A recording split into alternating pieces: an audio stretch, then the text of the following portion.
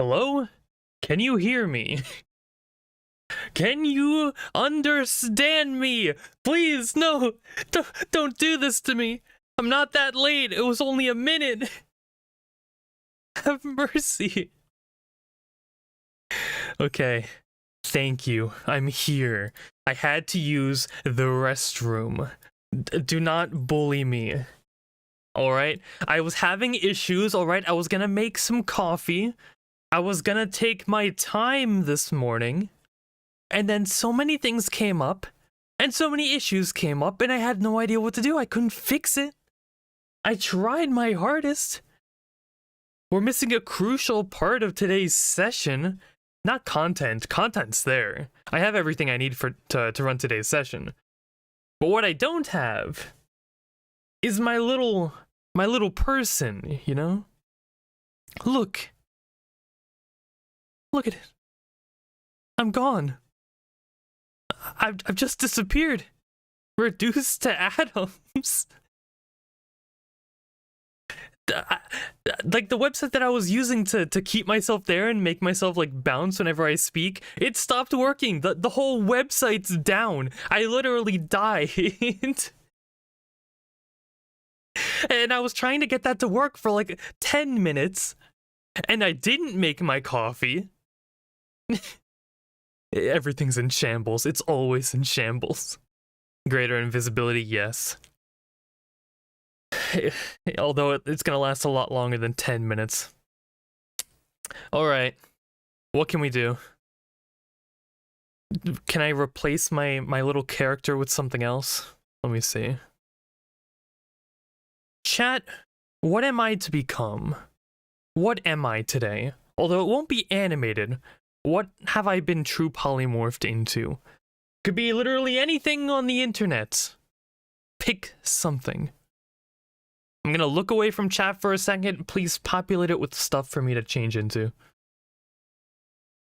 3, 2, 1.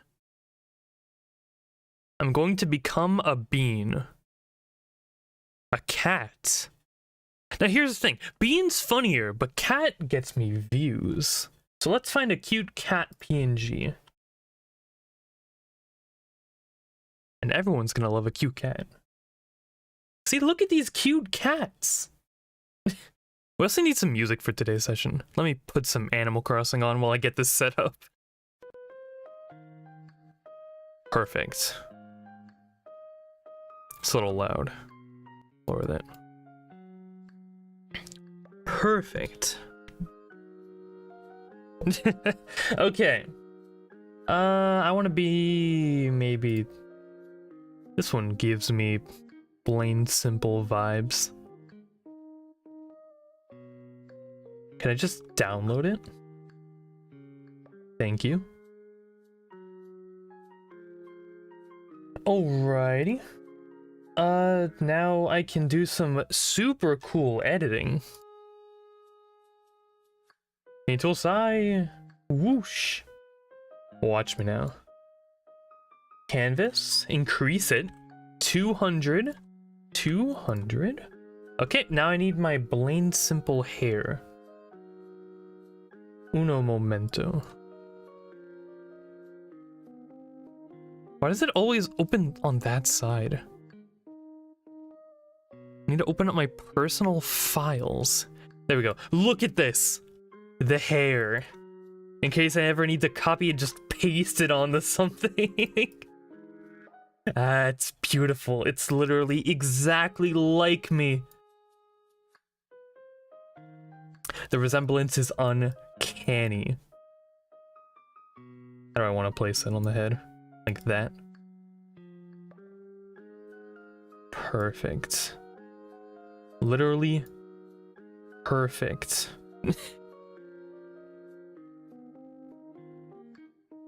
Okay. Do a little bit of editing magic. This couldn't be better. There we go. Needs cat ears? You're right.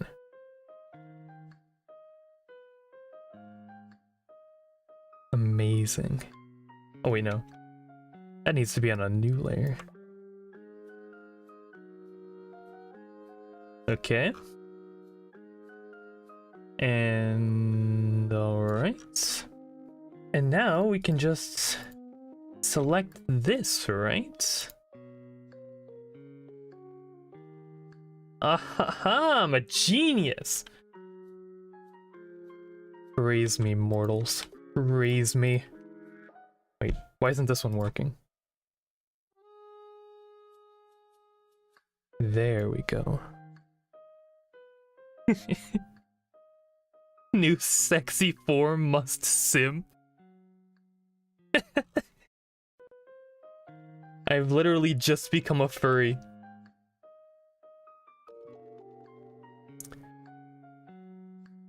This is incredible. Okay, we're good. Let's save it. And now I can use it to replace me. Only for today, alright? I'm gonna figure out how to fix it next week.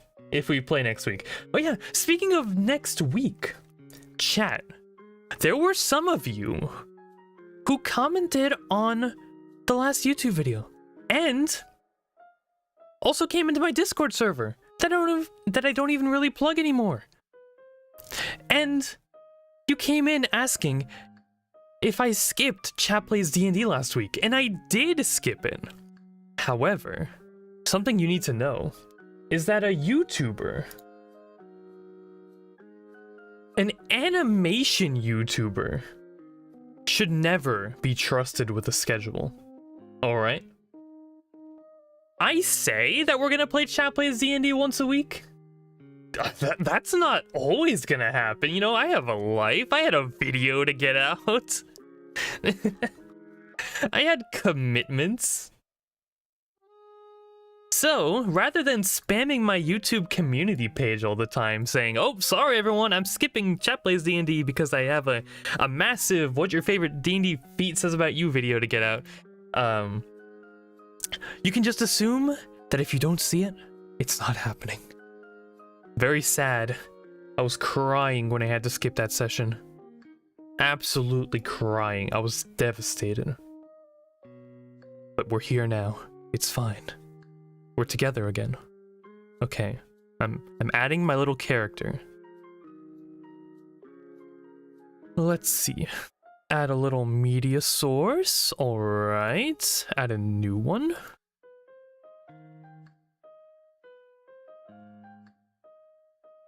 Okay. Where did I put the cat? Honestly, where actually did I put the cat? Is it on my desktop? It is. What? Why can't I see it here? What even? What even? What file is this?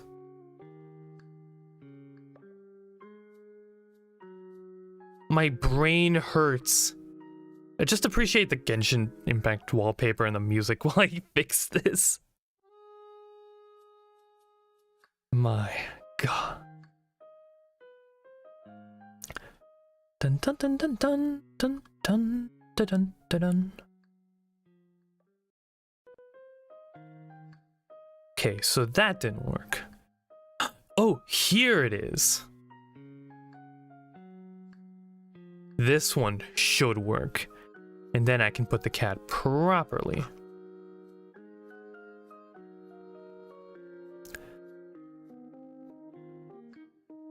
Oh, there he is. Haha! Look at this little cat. It's perfect.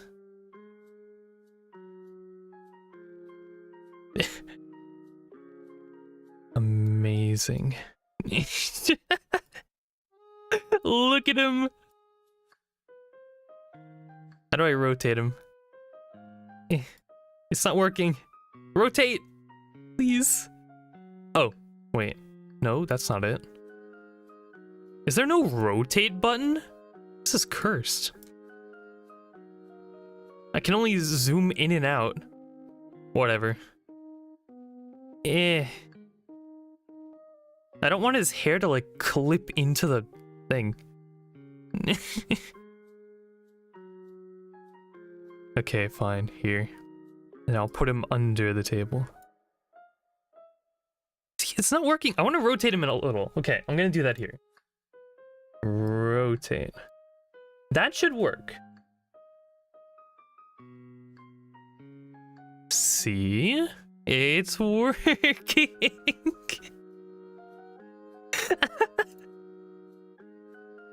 Perfect. Little furry Blaine.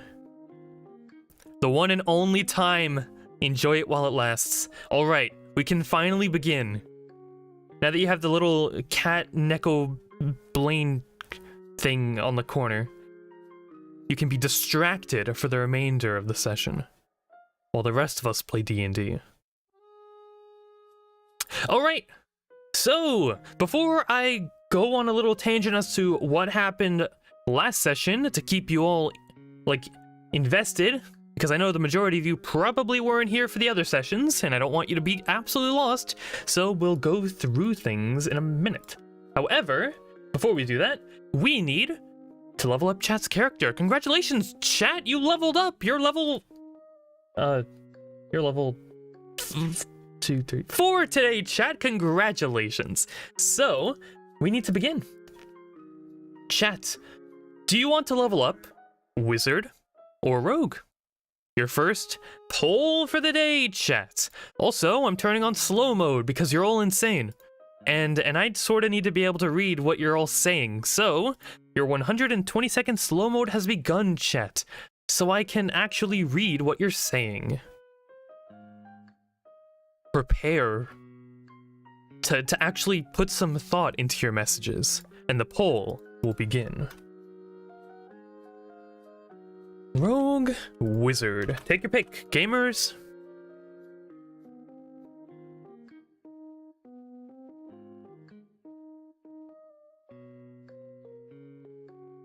I'll give you like 20 seconds. Don't want to waste too much time here. Alright. A reminder, Chat. At second level, Rogue gets bonus action features like dash, disengage, and hide, I believe.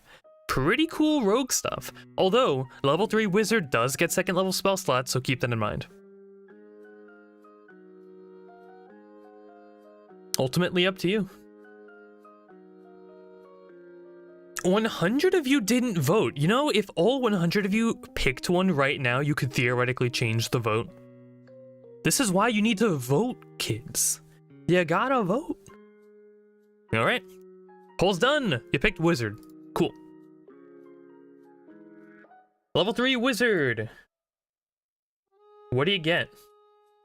I'm pretty sure you just get new spells. You might also get your little wizard magic school as well. Equipment, what's next?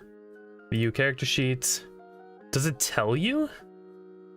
Oh wait, I think I need to go back into the thing.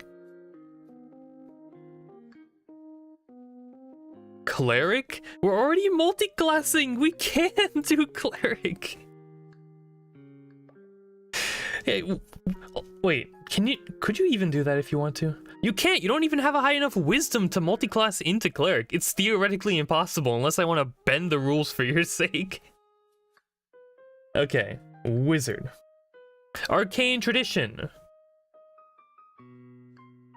So, when you reach second level, you can choose a tradition. So, pick a school of magic, everyone. You got a ton. I'm gonna look away for a second. Fill up your little chat thing with a bunch of options. I'll look away, and the first one I see, we're gonna pick. It's like spinning a roulette wheel. Chat, you never know where my eyes will land. You got 5 seconds. 2, 1. Chat, you are necromancy. Yep, there's a ton of necromancy. Nice work, Chat. Even though I haven't even told you really what Chat's character is about, you seem to have hit it right on the mark. I think you also mentioned you wanted to be necromancy as well, like in one of the older sessions, so that's pretty cool. Alright, you have necromancy 7, Chat. So essentially, you can write down necromancy spells pretty quickly, and Grim Harvest. When you kill a creature with a higher level spell, you can heal. That's pretty cool.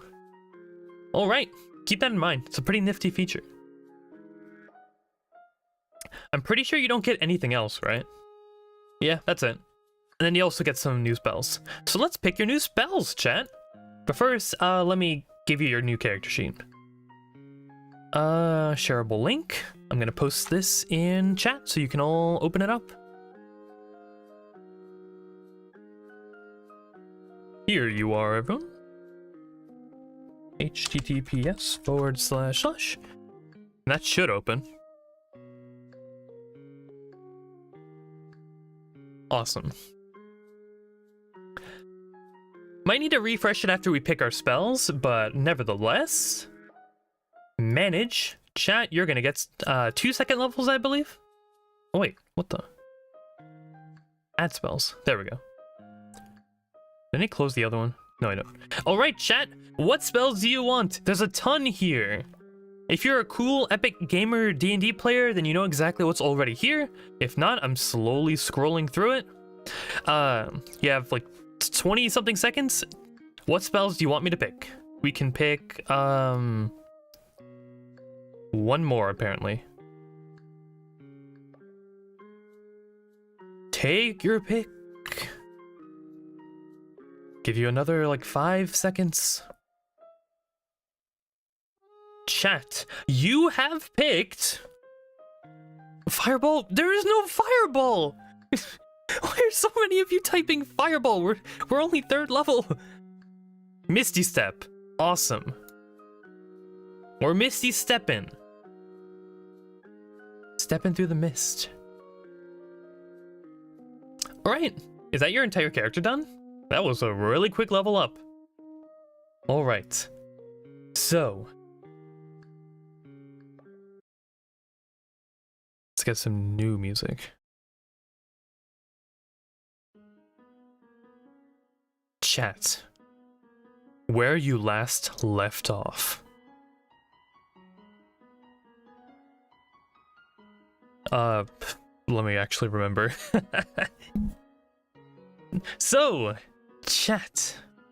As I open up my session notes and slowly recall exactly what went down 2 weeks ago. As I open up some other pages to buy myself time as I prepare for this description. All right, I've done it. Chat. You were told to collect a powerful magical glaive with radiant energy filling it far off into the forest. You were given a map to the location and a simple request to go search for it. However, rather than going to the glaive, you went in the complete opposite direction and found a young girl surrounded by vines who merely wanted to be left alone. You cut all the vines, finding out a bit all too late, but you did it anyway, that they were the legs of the girl. After basically handicapping her, you dragged her along on this quest for you. You got the glaive, she left you. Chat got attacked by a vampire lord and his little vampire minion. Lord Tassadar wishes to see you and the humans fail. After dealing with his minion, you managed to keep a hold of the glaive, at the cost of having to break it to turn it into a smaller weapon that you could handle more manageably.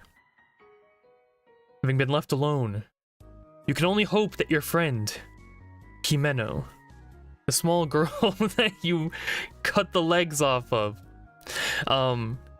had found her way safely to the village. Chat, you continue on this quest for a reason. You wish only to make this forest habitable for your kobold brothers and sisters who are very far away and out of this forest, waiting for you to return with good news. However, you were a member of a group that was viciously defeated by a powerful troll. Before you died, a woman by the name of Elise, with blonde hair and an eye patch, saved you. And all that stuff I said previously was your quest. You've now returned to the village that she mentioned you could join and be a part of if you were to get the glaive. You've returned, but the glaive has been split in two. As you walk in, chat, before entering through the wooden walls of the village, a small bat flies around and drops a small scroll by your feet and quickly flies away, straight through the trees, hidden from sight. What do you do, chat? Oh, you finally have control over your character. Ooh, I wonder what you'll do. Also, chat, for the first 30 minutes of every D&D session, arson is strictly prohibited.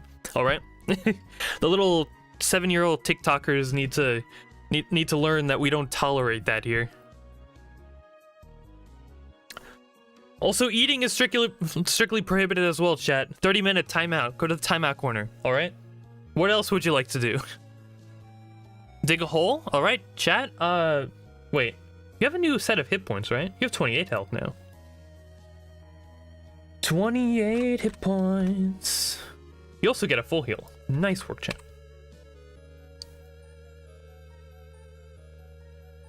Alright.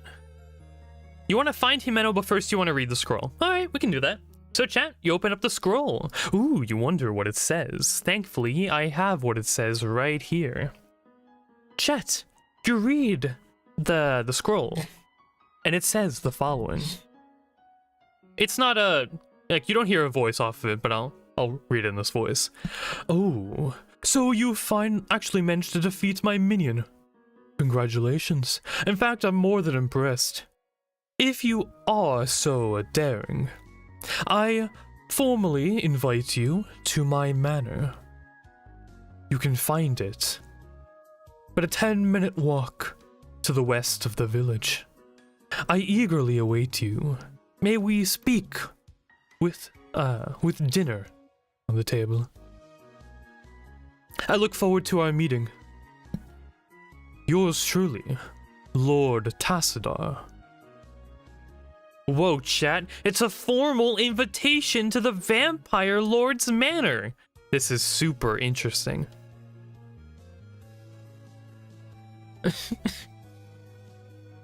Alright. With that, chat, was this from the vampire? Yes, it was. Alright, you're gonna find Jimeno. So first off, chat, you begin to walk into the village as I begin to change the music.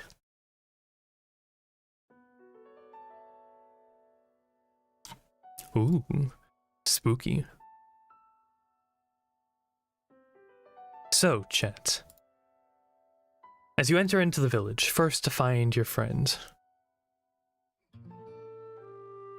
there seems to be two people who get in your way. Through the main entrance of the wooden walls, there's a man, bald with a long beard. Garlic necklace. I'll keep that in mind. So, a bald man, whoa, big beard, cool eye looking thing, some pretty rough looking armor, and to his side, a fierce looking woman, black hair and leather outfit. They both stand near the front edge of the gate, with long swords and small bucklers in their hands. Oi, oi, who are you? Don't think I've seen any kobolds around here as of late. Yes, kobold. Speak your name. Are you a monster here to fight? Or are you one of the more tame ones that we were mentioned, roamed around here previously? Do you happen to know where Jimeno is? Alright. Jimeno? There was a girl who did come around here. She had dangerous looking vines for legs. But the girl, I believe I remember her saying that's her name. Yes, I recall someone by that name. If you're looking for a girl by that, then yes, she is inside of this village. A bit monstrous herself, but I could tell that she was at least more human than you. Can we fireball soon? 1, you don't have fireball. 2, no fireballs for the first 30 minutes of the session.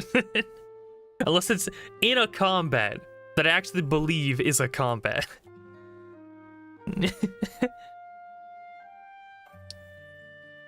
You're Jimeno's father? Huh. I hardly see the resemblance. Chat, it seems like your role has 100% absolutely completely failed. You're basically Bowser at this point. Putting two together, it actually sort of feels like that. But regardless. Alright, you'll actually introduce yourself as Chat Jr.? Chat Jr.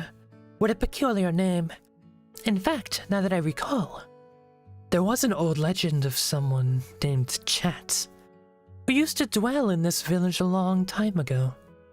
Are you saying that you're connected to the Chat? The Blue Dragonborn? Or is your connection merely a coincidence? Chat, they seem to be bringing up lore of a campaign long ago. Do any of you remember? Can any of you think of something cool to say?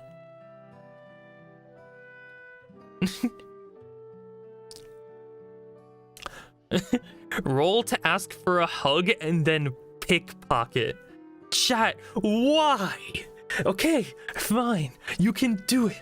You ask for a hug. And as you get closer to the woman, she pushes you back fiercely. Hold on there, monster. Don't think you can get close and personal with us. We still think you're a threat. And we're not letting you into this village until we know for a fact you're not going to burn everything and put everything on fire. You know how easy it would be to burn down this old wooden village? Very easily. So, chat, knowing this little bit of information, what else would you like to do? Don't be racist, all right? That seems to be a thing you can try. Stroke the man's beard lovingly. Chat, as you attempt to get closer, they seem incredibly fierce. Halt there! One more step towards us, and it's to the guillotine with you. Chat, you seem to have one more chance to actually be a normal human, kobold creature. Alright. You are the reincarnation of Chat? Reincarnation? You're saying powerful magic. Is that why someone of the likes of you is here? Risking your life in the middle of this human village? Chat. Roll. Persuasion. Persuasion? Where is it? Go! Whoosh. 10. That seems to be a far-fetched tale there, kobold, but... Some stuff seems to be lining up. I'm intrigued by your story. However, if what you say is true, then Elise would like to have a word with you. She can be found in this big, massive tower that you can see on the map. I implore you to go there at your earliest convenience, and don't try anything funny. Sorry. I am pledged by the curse of my father. My thoughts are often not my own. The voices in my head often, control me.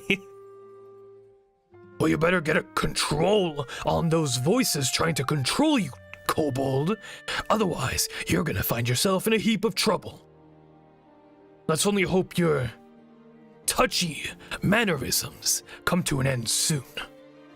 And with that, both of them move out of the way. allowing you through. Challenge them to an eating contest, but they're already done with you. Alright. Chat, you don't even have any food to eat, and from the looks of things, there isn't a lot of food around. This place is pretty barren. There's like nothing in this village, at least nothing that you can see. You offer the idea up. If you're still alive by a week's time, kobold, sure. I can chug down who knows how much ale. Doubt you could beat me. Seems that's a deal, chat. And with that, the two of them allow you to pass, and you can enter on into the village. As you do, chat, let me go ahead and pull up another note. Ooh. So, as you enter, chat, you can see something quite interesting. There's a bunch of injured, scared, and shaking people currently being driven through town on a horse-drawn carriage. They're going north, farther into the center of town. Many of them can be heard screaming out, yelling, "Oh, never again! Never again!" No, please, don't burn me! It hurts, the burns! It smells like ash and cinder as the carts drive by.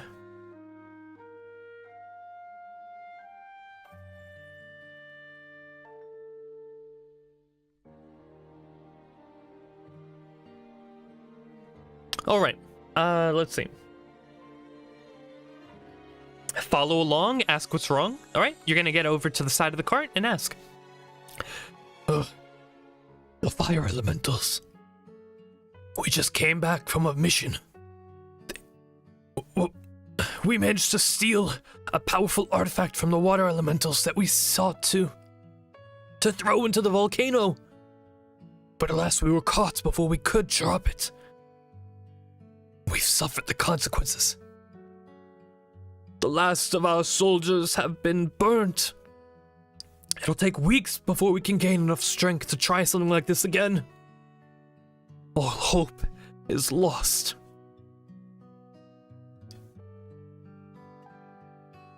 As they continue, chat, it seems they're being driven to a medical ward of sorts, farther into the village. Your problem, not ours. Nice work, chat. Really looking out for the people of the village, even though prior you pledged yourselves to the humans.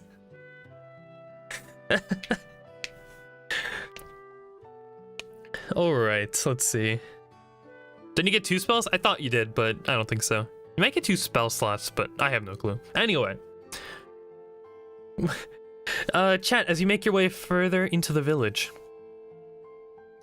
you can see some people. First off, there's a woman.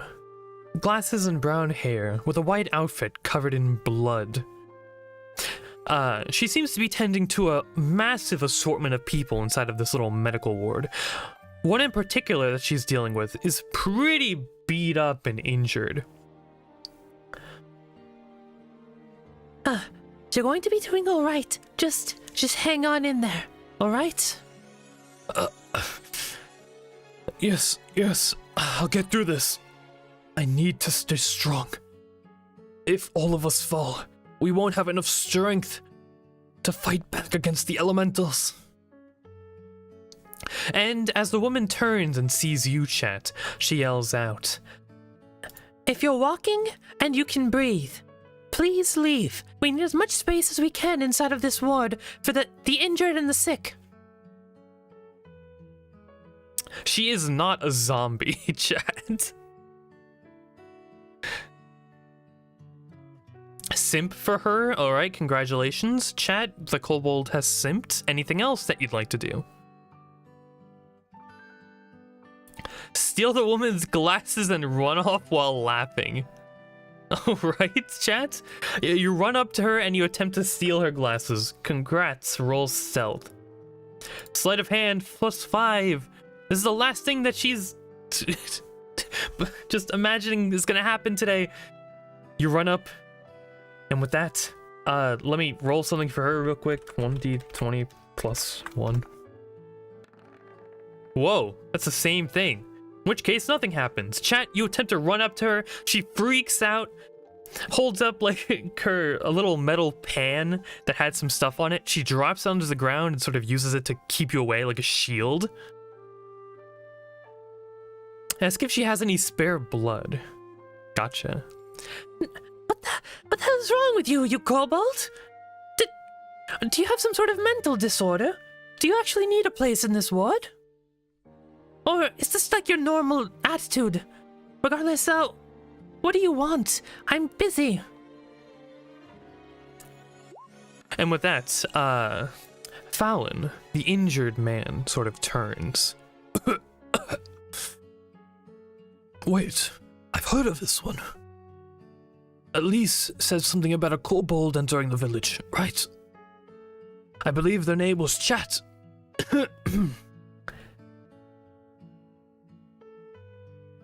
Alright, cool. Let's see. Tell me, Chat. Why does Elise have so much hope in you? Are you... I'm assuming that you have a plan or something.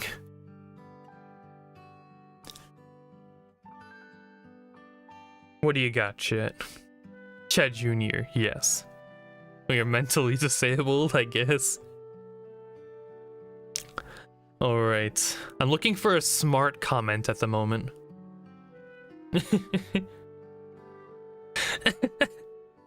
Oh, alright. Well, even if you might have a mental disorder, doesn't matter. So long as you're strong and you're capable. You can push through anything, Chat. Regardless, what brings you here to the village? You have a plan? Cool. Oh, you do you? I'd love to hear it. I'll try my best to listen.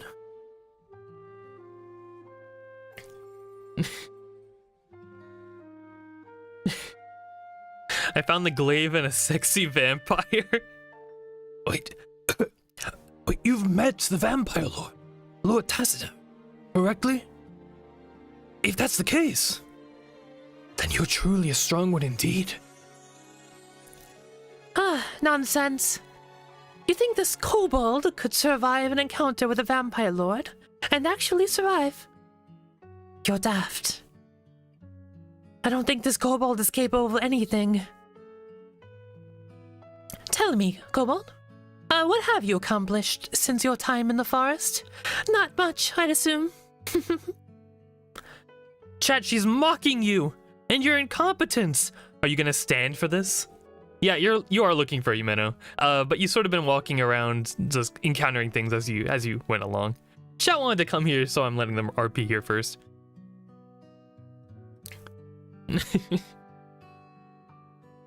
Let's see.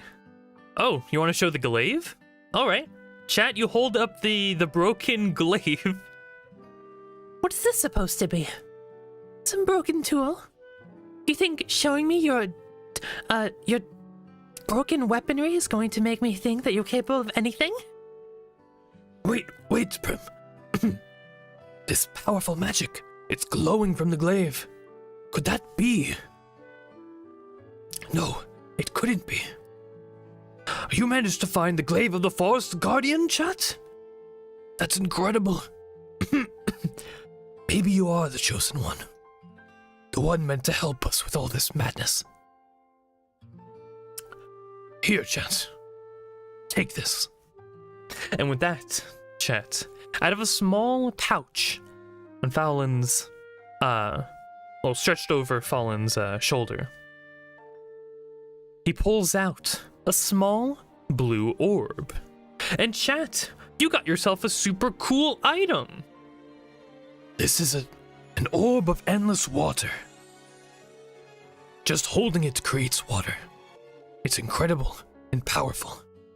With it, if you drop it into the fire, the magma inside of the fire elemental's volcano, you can destroy them all. If you plan to continue your quest and help us here, Chat, perhaps you'll find yourself needing it. Good luck. And with that, Prim turns back to Fallen. You need to stop speaking. Your throat has been burnt. Kobold, it seems you might have some competence after all. But please leave here. Helen needs his rest.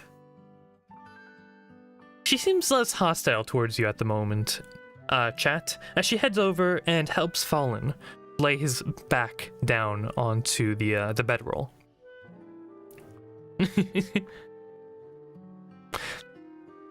Actually, chat, it hasn't been 30 minutes yet, so you technically can't eat things yet, alright? You got like another 10 minutes, and then you can do as much burning and eating stuff as you want, alright? The first 30 minutes need to be taken so that everyone who's sticking around, like, gets attached to the characters and the story, alright? And then people stop spamming it as much, so I can actually just ignore it outright. Alright. So, with that, chat, it seems like you're just inside of the medical ward. A lot of people yelling out, crying, moaning. This is just a place of pain and suffering.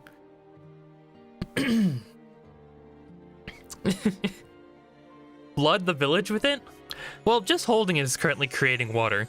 In fact, if you're still holding it, Prim's gonna turn over to you and just yell at you. Kobold, stop holding it in here. Do it anywhere else. The water's flooding the floorboards. Seems like this isn't the best place to hold an orb of endless water, chat.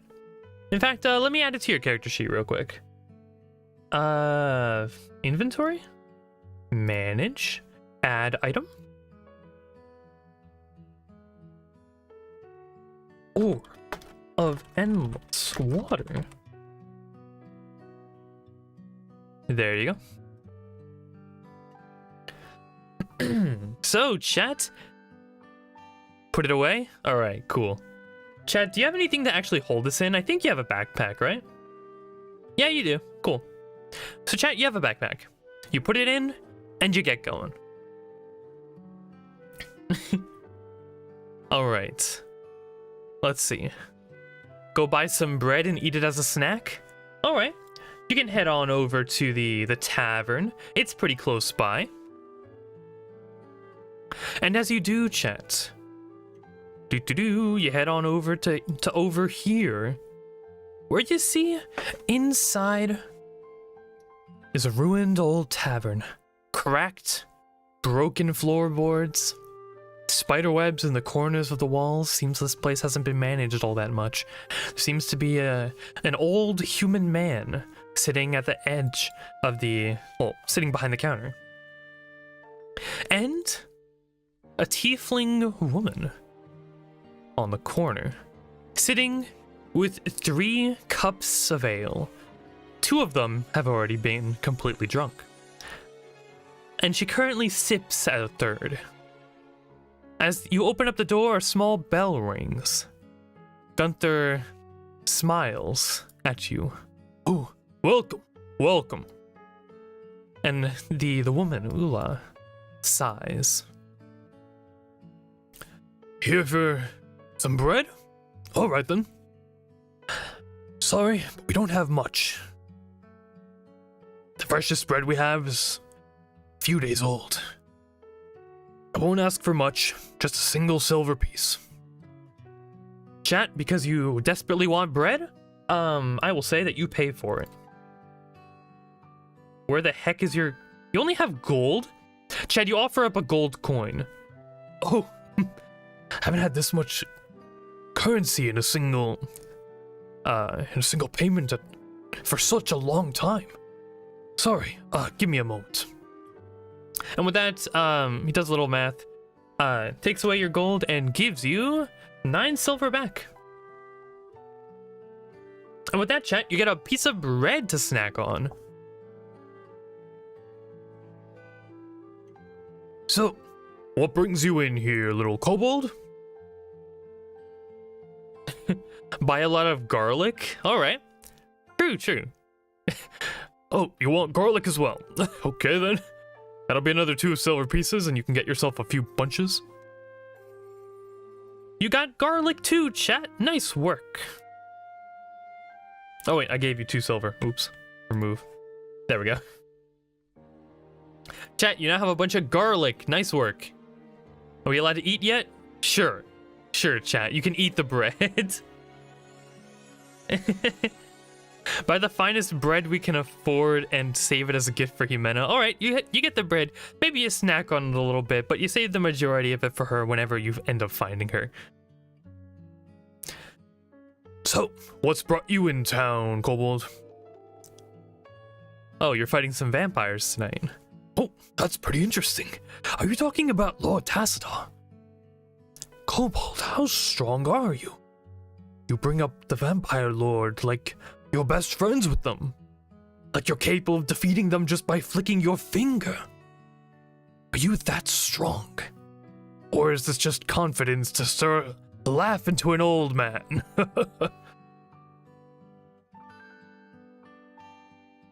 Cast mage armor? True. Chat. Let's see. Your armor class is normally 15. However, with a mage armor spell, I think it bumps up by... I keep messing this up. 13 plus your dex mod. So a +3. You have an 18 armor class now. Cool. We fought 5 trolls with 1 hand. We'll get strong enough. But you have killed 1 vampire. Ooh. Quite impressive for a kobold of your size and demeanor. However, I do see that shining glaive on your back. An impressive weapon. No doubt you use that to slay the undead. I can see now why Elise has such a high regard for you, kobold. Leave the man a nice tip, say 2 gold? Sure thing. Alright, chat. You can leave 2 gold as a tip as you slide it your way during the conversation. Oh, this is more than enough. Thank you. I feel so guilty taking this, but if you insist. And with that, man takes the gold. And chat, I'll give you an inspiration point. Ha ha ha. As you continue to laugh and joke. Where the heck is your... There it is. You have a strength of 100 beings and the madness that comes with it. It's good to have the strength in your own heart and soul. Having this feeling fill you. It gives you any strength, the resolve to conquer anything. I remember when I used to have a strength similar to yours. You see, my wife, she was much stronger than me, and she had that same ambition and glow in her eyes that you do now, kobold. She loved tulips with a passion. In fact, a few days ago, I dropped some by off her grave. Picked a few, grew them special. In fact, you might have seen it before. The grave was not too far away from this location. Chat. As you recall what he might mean by this grave, you do remember a very certain grave that had tulips growing on it. And you remember all the grave robbing you did to that grave. As you remember this thought, you keep it to yourself for now.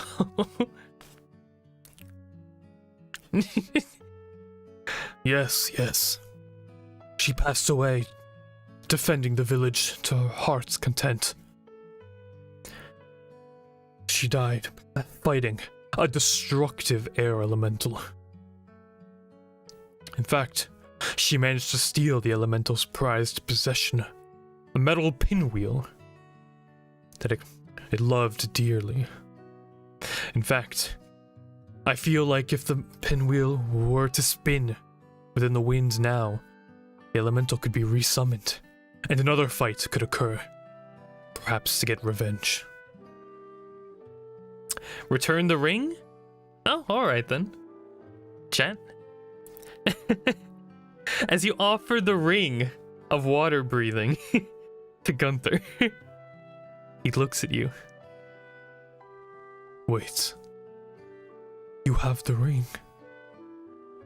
Where did you get this from, Kobold?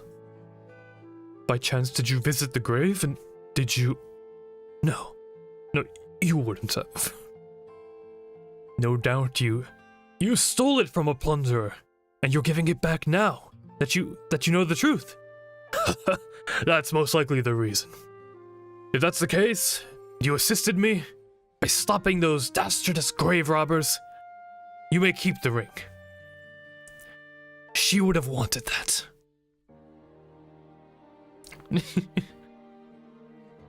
Hey chat, it looks like Gunther's giving you back the ring. Are you gonna take it back? Keeping the good, totally not a terrible, painful lie going? Or are you refusing and just keep letting him keep the ring? I think this is up for a poll.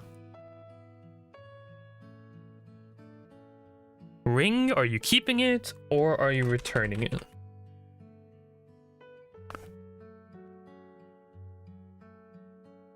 Let's see what kinds of chatters we have. Just so you know, you can vote on your own accord if you personally feel responsible, or you can vote if you think this is how Chat Junior would have done it. It's up to you. Everyone has different reasons for voting different things. But let's see what the majority of the voices in Chat's head seem to dictate.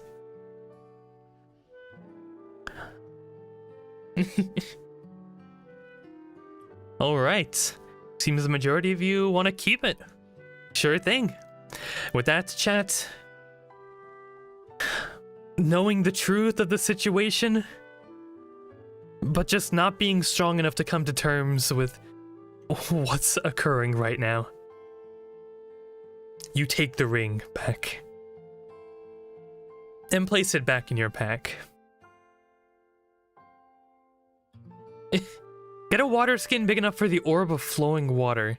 Put the garlic in the skin, create a makeshift anti-vampire squirt gun. Well, here's the thing, alright? You need to touch the orb in order for the water to come out, so you need to figure out a certain way to do that. You didn't lose your soul. Your soul is still here, alright? You broke the lantern, and you let it go back into your body, so you technically still have your soul. But regardless... With that, Gunther turns to you, chat. Kobold, I have no use for this, and if you're truly going to be a help to the city, perhaps you would appreciate this in my gratitude to you. And with that, Gunther goes to the back of the tavern for a moment, and returns, chat, with a small metal pinwheel. If you blow this into the wind, the air elemental that killed my wife will return. It's a powerful foe, and I am unsure if you're ready for it. But if you wish to do me one last favor, Kobold, I would appreciate it if the monster was no more.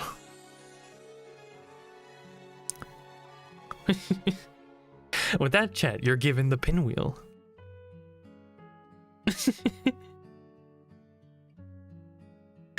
Alright. You feel like, for some reason, causing a devastating, murderous, powerful air elemental to appear in the center of town might not be the greatest choice to make. Alright, chat. It seems like a lot of you want to spin this thing. Do we need another poll for this? Do not. Here's your poll, chat. Do what you want. It's a metal pinwheel, chat. It looks like it would take quite a lot to get this thing spinning. Your breath probably wouldn't be enough, so you would need to find a really powerful wind. However, if you do want to spin it, we'll stop all things that the party's currently doing, and then we'll try to find a good place to get some airflow going. If you honestly don't want to spin it right now, chat, vote don't spin. You're losing right now. They're voting against you. 1% difference.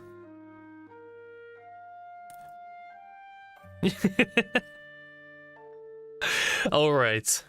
Now here's the thing. I feel like at least 10% of the people who want to spin this pinwheel just want to see destruction for destruction's sake. Alright?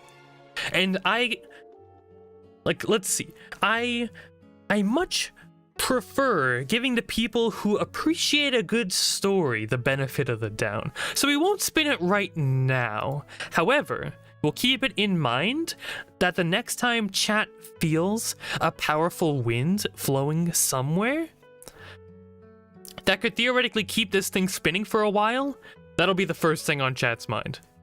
Alright? Keep that in mind. It's strategy. Surely it's totally strategy. Liar? Chat, it's a thick metal pinwheel. You need some powerful wind. Anyway. Chat, you start thinking about all the things that you can do with this pinwheel. Where exactly you might need to be within the village in order to get the pinwheel actually spinning. As these thoughts go through your head, Gunther thanks you for taking this off of him, and hopes that if you do decide to summon the elemental, that you prepare for the fight of a lifetime. This pinwheel has been missing from the elemental for at least 20 years now. No doubt, the second you summon it, it'll be in a violent rampage ready to kill anyone it sees to reclaim it. Best of luck, Kobold. And with that, the woman at the edge of the tavern sort of yells out in your direction, chat. Hey, I've been hearing this old man over here mention something about a kobold. If you're still around here, you mind coming over to my table? What do you do, chat? Do you come over to this woman? She can very clearly see you, but she's acting like you might not even be there. Could Mage Hand spin it? Theoretically. But Gunther did mention that it needed a wind to spin it to summon the elemental. Seducer, alright. Congratulations, chat. You just walk up to the tiefling and seduce. You say like, hey, how's it going? You start some casual conversation like a normal person. And as you do, chat, you're totally not expecting this. Rather than you doing creepy, weird things, she goes ahead and immediately lurches over and grabs your face, feeling around the shape, the feeling of it. Oh, you are a kobold.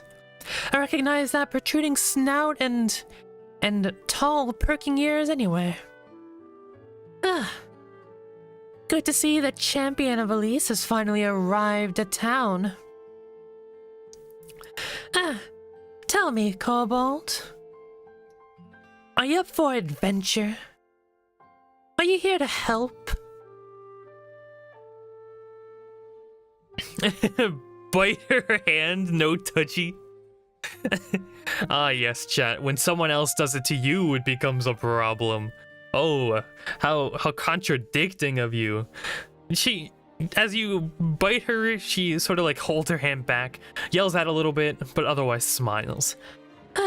Fair.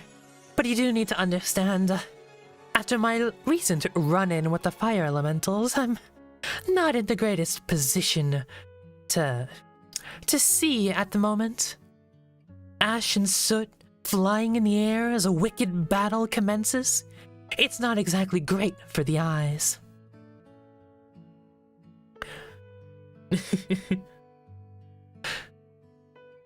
What's happening? Chat, you're talking to a tiefling right now, and she's curious as to your current dealings in town, or what do you have going for you? She has fire resistance? Sure, but do you want to get, like, stuff in your eyeballs? I don't think so. You probably get, like, a grain of sand in your eye and freak out. Sure, literally being in the midst of a fire elemental conflict. And nah, I wouldn't get anything in my eyes. I'm too Sigma for that. Tell me more, then walk away quietly and leave her there talking. Okay. Well, you see, I was the leading commander for the militia that was sent to drop the orb of endless water into the fire elemental volcano. We were about ready to... And as she continues, chat, you slowly walk away. All this super cool and probably really riveting information goes straight over your head as you slowly creak away. Roll stealth, chat. Whoosh. 9. Excuse me? Where do you think you're going? I was just about ready to get to the good part. In fact, it's fine. Whatever. This village is already doomed. I was the last line of defense, and now I can barely see my way through a cup of ale. Grab cloth, wrap it on head, stick pinwheel in it. Oh my gosh, you're a genius. Alright, chat. You get a piece of cloth. I don't know, maybe you have some in your pack. It's reasonable to assume. You strap the pinwheel to your head, and you prepare to do some cool stuff. She's disadvantage in perception, so -5 to passive perception. I don't know if closing your eyes necessarily gives you... Actually, it might. Huh. I don't know, whatever. She ignores you regardless. She seems to be done, not interested in continuing the conversation anyway. Or, as she continues to drink and just laugh to herself. Chat, you do the cool thing with your pinwheel hat thing and head on off. Whoosh. Let me remove the characters you've already talked to. We've only been going on for 1 hour and my throat's already messed up. At this pace, I am literally gonna need to take like a 5-minute break to make some coffee. Alright, let's see. So, chat. As you begin to make your way through the village. Let me see, what else do I have in my notes? Ooh, gotcha. You see a small girl, chat. She seems to be petting a small, hungry-looking dog, offering it some small treats. Maybe a bone with a little bit of meat on it, as the dog sort of munches at it. Although the dog is quite hungry, it seems very tame and orderly as it licks the bone from her hand. And yes, it is Jimeno. Ding, you finally found her! As she turns and faces you, chat.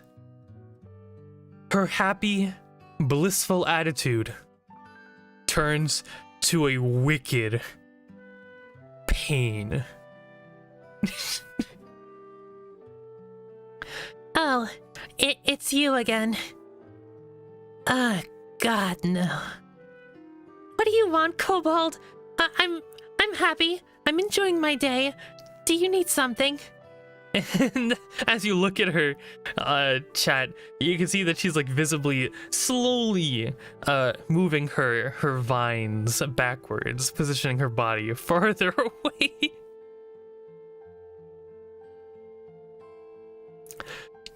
Okay, let's see. Offer her bread. All right, you take a chunk of the bread that you have, chat, breaking it, and then offering her a piece. You got me some bread? Well, I guess that's alright.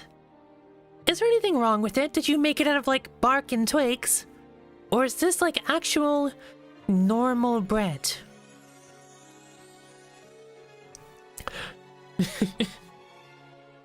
I wanted to see if you were okay.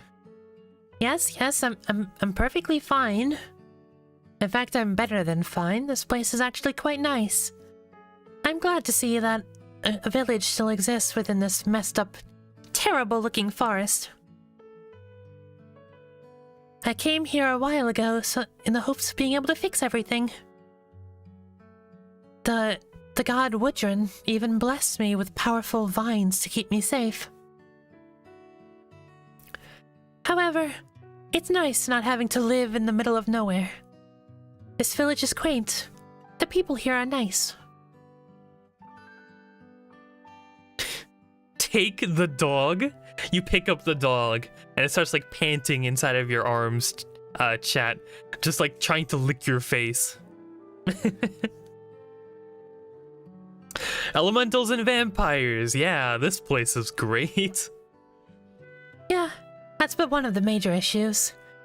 This village is too nice to have it destroyed by the elementals, and the vampire just seeks to siphon the magic out of everyone. We need to stop it. I suppose you have a plan. From the sounds of things, you're a local hero around here. In fact, in some ways, I sort of admire that about you, chat. You're not as incompetent as I was led to believe. Ask if she can make vine eyes for a tiefling. I don't control Woodrun. The god of the forest does what he pleases. His magic goes to those who I'm sure deserve it. That tiefling girl stood up for the village, and look what it got her. She knew the consequences, and I knew mine entering this cursed forest. Ooh, let me see. To be honest, I need your help. I know we have our, well, past, but I can't, save this place alone. Also, put a small hole for our finger. Wait, what? Put a small holes for our fingers and. What does that mean? Are you saying you want to poke holes in your thumbs? Why? I don't understand that donation message. But yeah, for the other one. Well, if you're sincerely apologizing and the people of the village seem to appreciate you, I'll put the past behind. You managed to help me get here, at least, so if anything, you've done a service to me. I'm in your debt, chat. For now, at least. If you need anything, I'll be more than happy to oblige, but I'm not doing more than what I'm comfortable with. And you best be ready for me to leave if you ask too much. You brought me to this village, I'll do something of similar debt.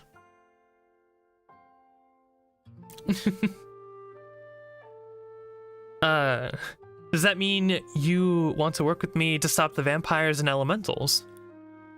Oh, I'll do what I can. This place is nice, but I'm not going to risk my life for it. If push comes to shove, I'll flee. The Woodrun's power, it gives me a level of protection that no other has. I can keep myself safe in this forest. I don't know about the others, however. They might not fare so well. I'd feel terrible if I were to make bonds with them, and the elementals level the place. But it can't be done on occasion. Why is it whenever Himeno shows up on the screen, everyone gets so emotional? What's wrong with all of you? Grow a backbone. Girl just like puts you in your place and you immediately submit. The dog is still cute though. It's nuzzling you and panting. But anyway, I think it's cool. Guilt. Yeah, probably. Tell her you're going to the vampire castle. You're going to Lord Tassidar's manor? Are you insane? That place is dangerous. There's vampire spawn lingering everywhere. I suppose you have a plan, however. Oh, the glaive, you say? Well, I suppose it could keep you a bit safe, but if there's more than a single vampire in any location, and you get on their bad side, I'm sure your body will be reduced to nothing but skin and bones. Regardless, I wish you luck. If you need anything, I'll be around. But don't you dare ask if I'll join you. That is a fool's errand. Forget the conversation while petting the dog. Were you even listening to me? Whatever. You do you, chat. I have the rest of my day to enjoy. I'm going to help the village people with some gardening. Perhaps when you return, we'll have some fruit. And with that, she heads off. You can adopt the dog, but Himeno is a free spirit. For the most part. At least she tries to be. Anyway, with that, chat, you have only one location left that you haven't checked. The rest of the village seems to be, like, living residents, like, residential areas. You're coming with me? Pick the girl up. Chat, unlike before, Himeno seems a whole lot more capable now, and as you say that, she's quick to get her elongated, thorny vines and just slap you with them. Let me see something real quick. If this misses, you can attempt that. Whoosh. 19. That's actually hit. Striking you, chat, for a d6 plus 3. 7 damage. As he strikes you, you fly off into a small grouping of wooden barrels, chat, taking 7 bludgeoning damage. Actually, it's a mix of bludgeoning and piercing, but regardless, you fly off. Don't you dare lay a finger on me. I said I wasn't joining you on the vampire castle, and you're not going to force me. With that, she actively leaves the area, using her vines to tear into the ground, letting them drag her away and through the village. The dog runs over to you, chat, and barks, licking your face. It seems like you have at least one companion, although this small little starving dog doesn't seem very capable in combat. It would probably be the saddest thing ever if you were to bring this along with you, as death would certainly be at its doorstep. It's super cute. It's nice around the village, but I wouldn't recommend bringing it with you. You can pet it. It's cute. But aside from that, so I don't have to traumatize some people in chat, you head off to the massive tower in the distance. You give the dog some bread. It turns its head a little. It whimpers. It slowly eats the bread. It's not something that the dog particularly likes, per se, but it can value the calories that are probably packed inside of it. With that, it barks and runs off. So, chat, you head off. The last location. The only person who probably has some deeper information for you, aside from just like obvious praise. As you head off, to the tower in the distance. And with that, chat, we're not done yet. We've been going for like, what, an hour now? We still got, well, sessions are usually 3 hours. However, I forgot to make my coffee today. And if I am to talk this consistently with all these voices for another 2 hours, I'm not going to have a voice by the end of this. So I need to go and grab a drink, something warm to cleanse my throat. Hopefully, you can all stick around. Brief intermission. Feel free to chat amongst yourselves. We got some cool stuff coming in, coming along. Give me but one moment as I put you on the AFK5. Does this thing work? Yeah, here we go. Cool. Aha. BRB, everyone.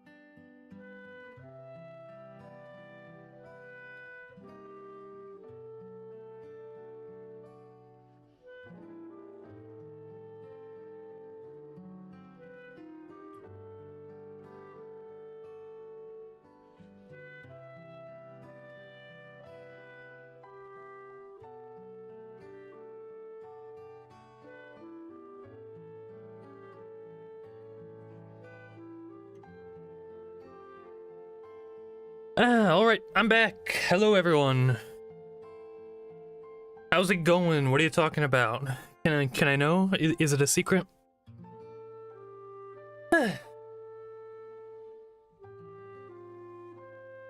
Whoa. Chat is loading super quickly. Every single time I switch tabs, chat goes wild. Okay, I think it's reloaded. Alright, these have to be the newest comments. Alright, I got my coffee. Let me take a sip. Oh, that's so good. I feel my role-playing powers returning. Should hold me off for another 2 hours.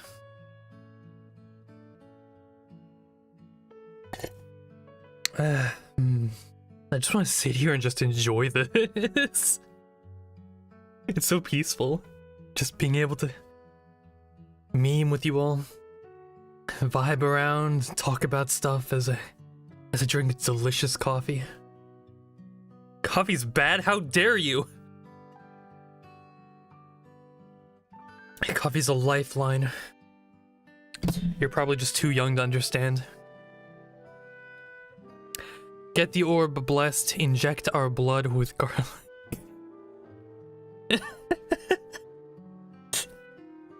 What does this mean? Do you want to die? Are you trying to like just kill yourself indirectly? It's like those people who thought that like injecting themselves with like horse medicine or whatever, horse dewormer or whatever, could save them from COVID.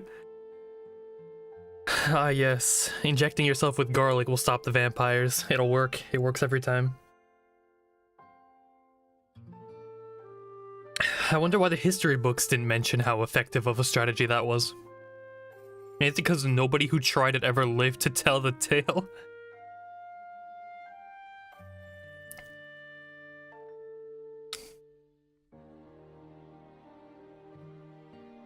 I mean, yeah, sure, tea is better, but I also want a little bit more caffeine, because I'm not gonna survive for the rest of the day on the little amount of caffeine tea gives you. Anyway, we're back.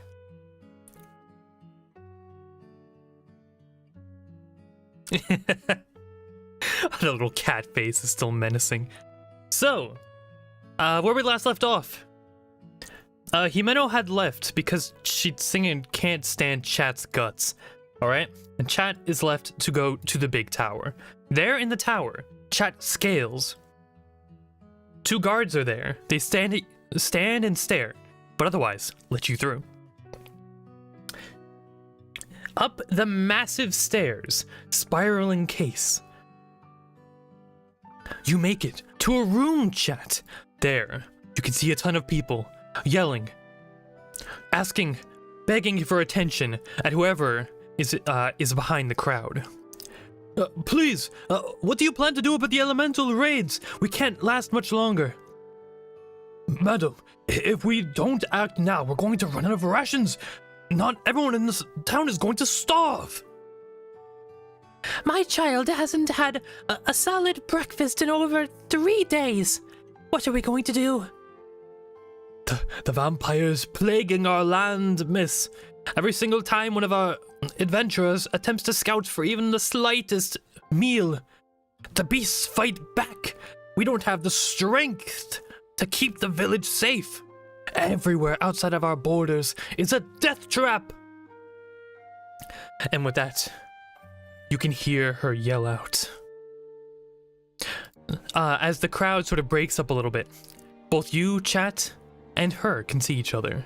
As it's Elise, who's sitting on the main chair. As she notices you, she yells out to everyone. Everyone, please stop. I will have things all under control. You need not, but leave it up to me. I need to speak with my friend here for a moment, and I will ask that you all leave. And with that, they all turn, facing you, Chat, as they begrudgingly head out, muttering to themselves. as they head down the staircase one at a time. Ah, I'm so sorry about that, Chat Junior. Welcome. I assume you have good news. Good tidings, yes? You broke the glaive. But you broke the glaive? What do you mean? Is the power dwelling within it still constant? Is it over? Has the glaive been absolutely destroyed? Is there no hope for it?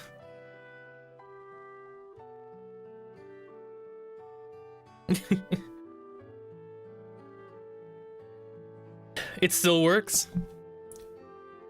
Ah, that's good to hear. The god Woodrun surely blessed it with enough magic to survive a blow like this. But who knows if it'll last another. Thank you, Chad Jr. You've done me a solemn favor. More so than I could have ever asked. Because of that, you're free to live and act in this village as if you were one of us. Even though you come from a monstrous heritage, you will be seen as no different to those of the humans and humanoids of the village. Dab at least. Alright, you dab. She has no idea what that means, just assumes that it was like a nervous ticker or something.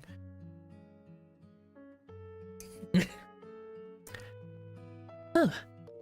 So, Kobold, I do need to ask, what plans do you have now? I see that you have in possession the Orb of Endless Water. I understand if you do not wish to deal with the elementals.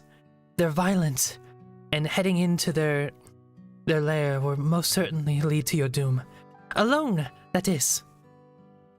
No doubt you've seen it. Many of our recent soldiers have fallen gravely ill.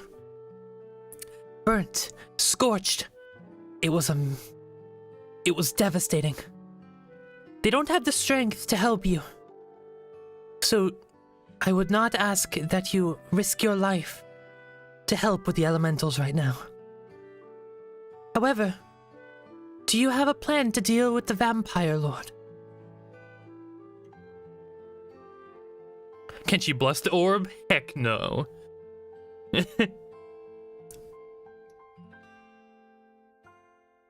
Seems like she knows about it, though. I'm sorry, but I cannot bless the orb. It's from the elementals of the Water Tribe. A small group of ours recently was able to steal it from them. However, when time came to dip it into the volcano of the Fire Elemental Tribe, they were stopped. Tell her that you're basically God and those people can't kill you.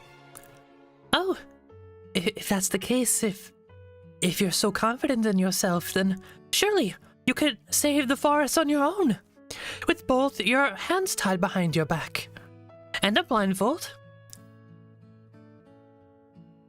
Ah yes, the village will be in a much better place if you are to be like this, chat. Surely you had it all under control when that giant troll almost cooked you. Wait, I'm curious, if you had this power, why didn't you save any of the kobold friends that you were traveling along with? Did you not care for them? Was it some sort of betrayal? Perhaps you can organize a soup kitchen. There was a girl who arrived recently. I believe her name was Jimeno. She seems to have been blessed by the god Woodrun as well. His magic is weak and wavering. However, she seems capable. In fact, within the first few hours of her visit, she managed to grow a small tree, which bore fruit. There's hope yet, chat.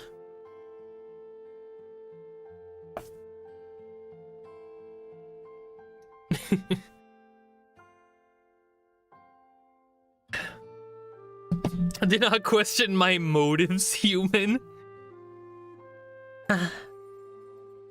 You act as if you are Woodrun in disguise, but I don't see any druidic power dwelling within you. Unless this is all just an elaborate game for you. But regardless, you're here now, Kobold, and there's nothing left we can do. You understand the predicament, right? If we leave, we die. If we stay, we die. And if we win, we suffer. I can only hope that you have a plan in mind, because right now, the village is too weak to fight on its own.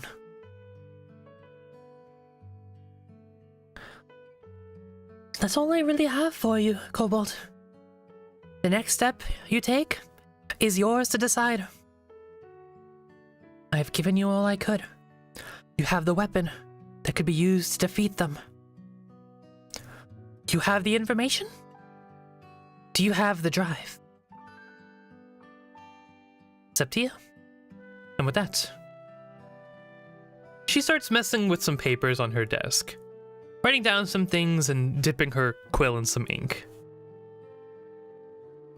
I'm done speaking with you, Kobold. If you're truly as strong as you claim to be, then please help us. We will slay the vampire, enslave the elementals, and adopt Himeno. That sounds all in well. Good luck, chat. May you come back with more stories to tell.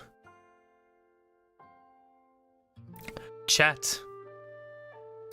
This high up, you can see the clouds in the sky, dark as they surge, moving back and forth, and the blowing winds spiraling around you.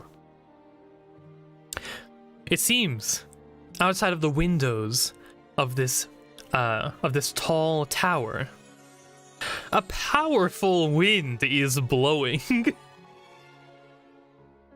Oh yeah, I did forget to do the announcement. RIP. Anyway. Dying is easy, but living is harder. I cannot promise much, but I will do my best. And if anything, I am too stubborn to take the easy way out.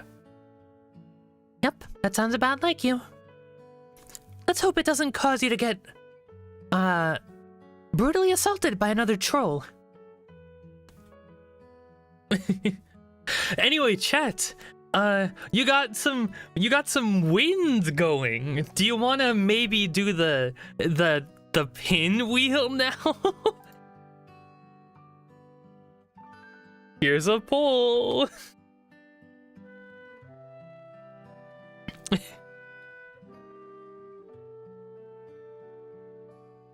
I'm a cat because my little animated character stopped working.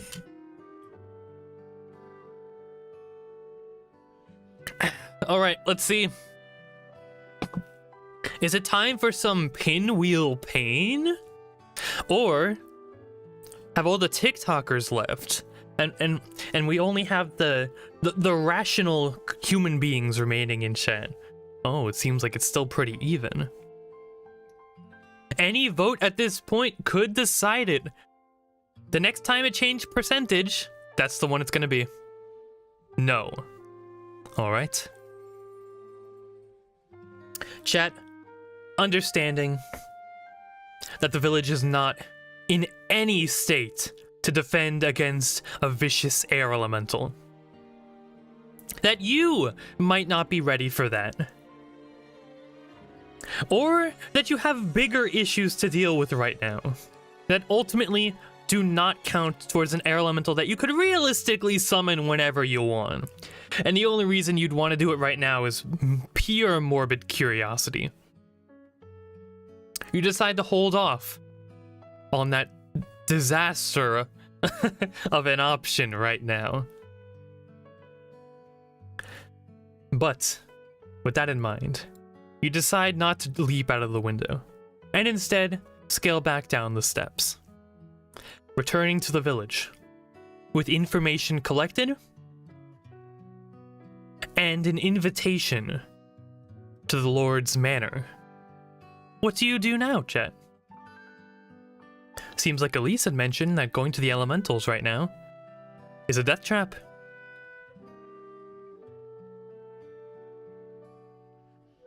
Actually, now that I remember, Elise will remember. She's gonna go down the steps and sort of yell down as you leave, chat.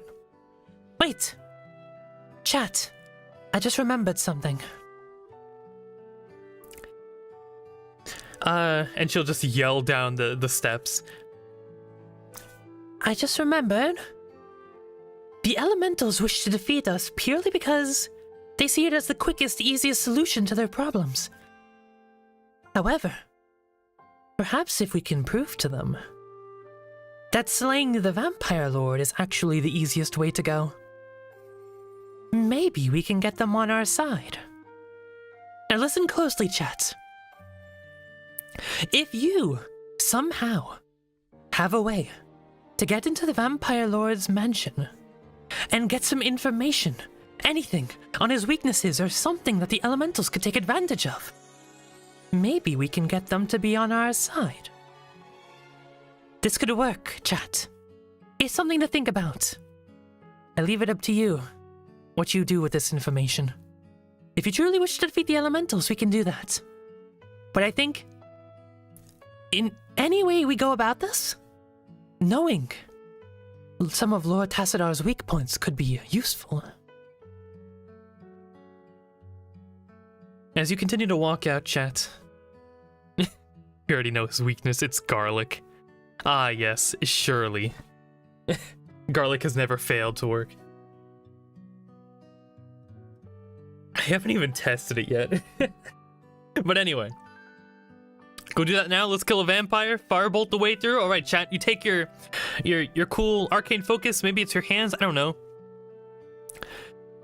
Slap your hands together and explode the door, burning it.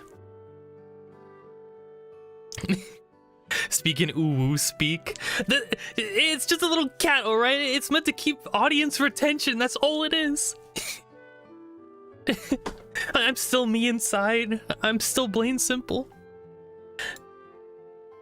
And with that, you head out, chat. After absolutely decimating the doorway and probably making it horrible to deal with this tower in the future, like during winter, you head out. Cover your weapon in garlic, alright? You cover your weapon in garlic?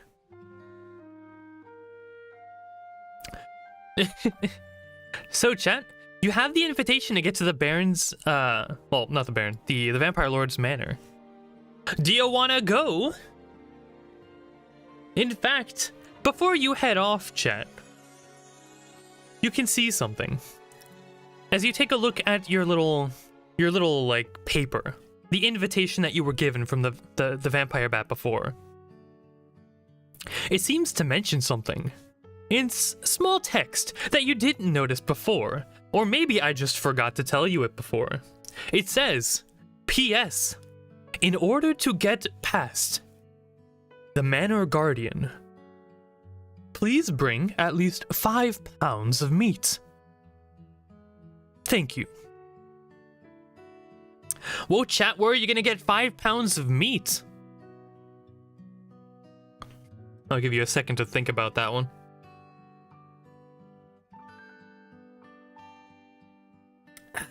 I'm halfway done with my coffee, oh no. Go to the butcher, there is no butcher. Oh no, not the dog! No! The dog was so nice to you. You monsters. I hate you all so much. Okay, whatever. Chat, you go back to the center of town. You see the dog. You can ooh speak for the next minute. No! I'm gonna mess up so many times, and I'm also gonna be no one's gonna be able to even understand what I'm saying. The people who are here for the cool D&D gaming lore will get sad. Anyway, little dog, it shows up. It's cute. It's innocent. It comes up to you. It barks. It sticks its tongue out. It's adorable. Chat, what do you do with the doggo?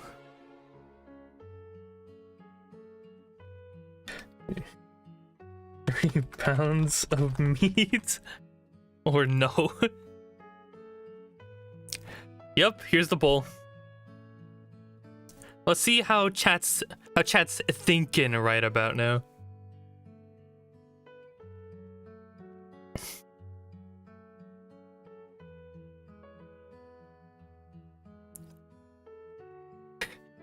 I don't want to speak in Uwu speak.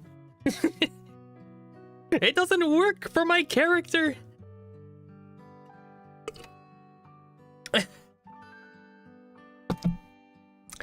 Oh my gosh. So the amount of people who were saying they wanted to eat the dog were such a vocal minority in comparison to the people who really don't want to eat this dog.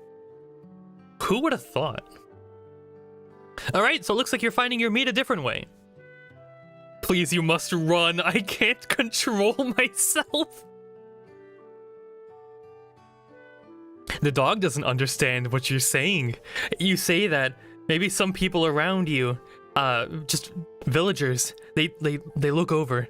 They can see chat visibly just staring at this dog so intently. However, the dog is able to get called off by somebody else and runs off before chat can do any heinous crimes. It seems the chat is not going to be consuming this doggo. Chat, find something else to bring along. You need 3 pounds of meat, and apparently this doggo is not cutting it.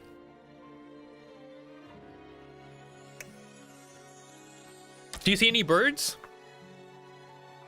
None in the area. It seems like if you want to find some birds, you'd have to go into the forest, and everyone knows how dangerous that is. If you don't know exactly what you're planning to do in the forest, staying out there is a guaranteed death trap. Time to hunt all the rats in the city. Eat own hand. Alright. So we have 2 different methods that seem to be so drastically different from one another. Do I even want to do a poll for this? I know eating your hand isn't gonna win. Okay, fine, I'm gonna do a poll.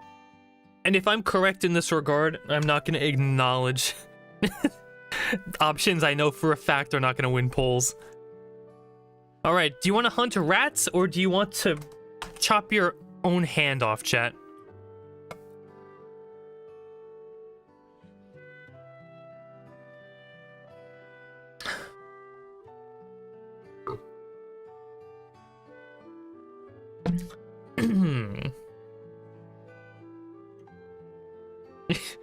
Whoa, who would have thought?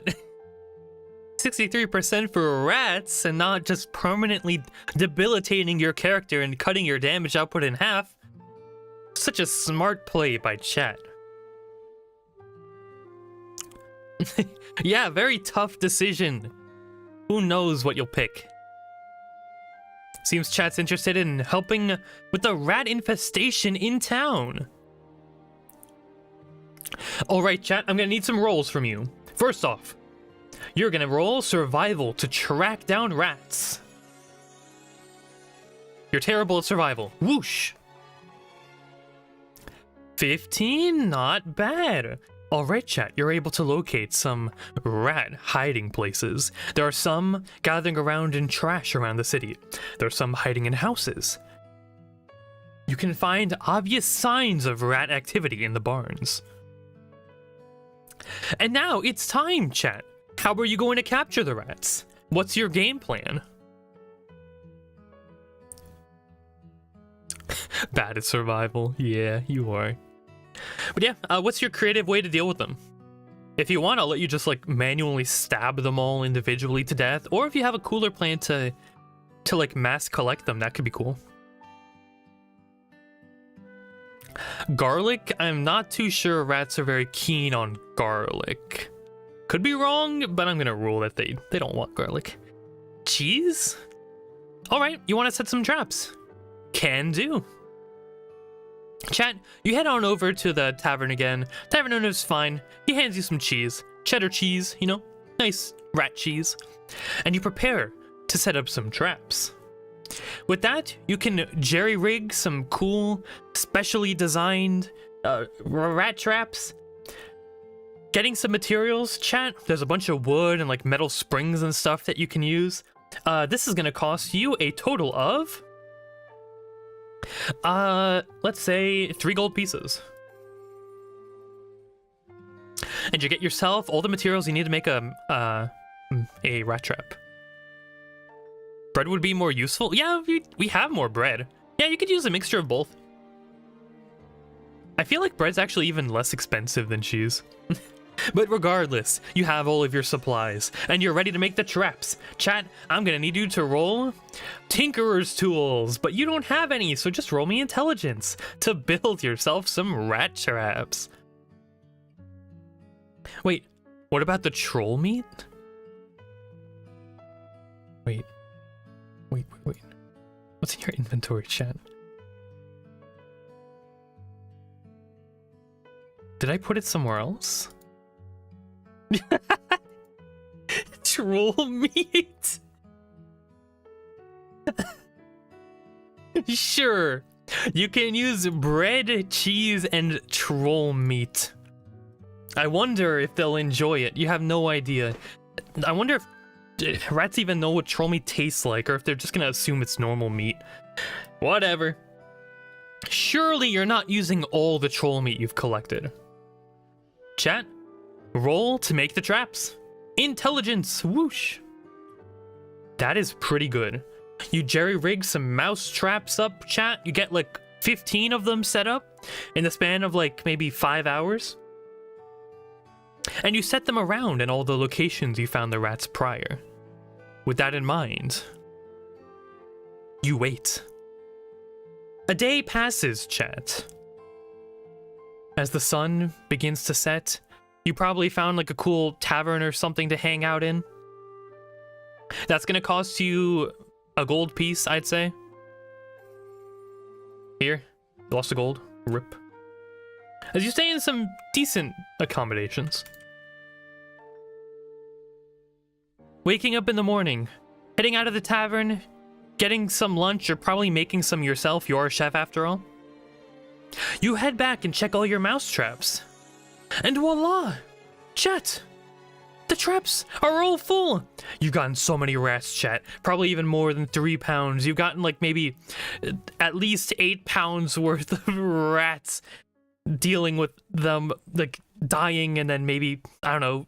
You could have set up the trap to like maybe kill them and like throw them somewhere else so that you could collect more. I don't know.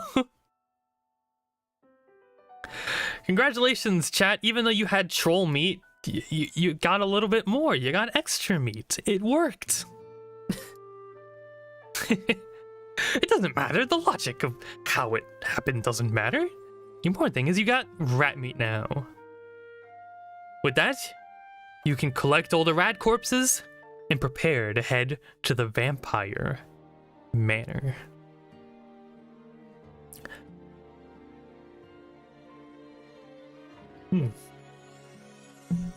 Leave them alive?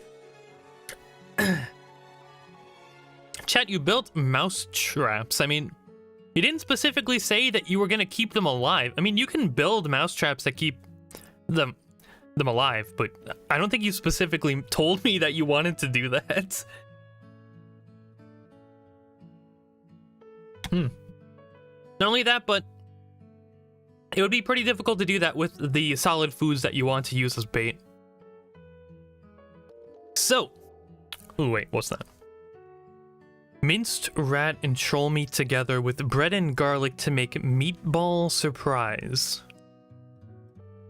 Huh. Sure. Meatballs. You mix all your ingredients together.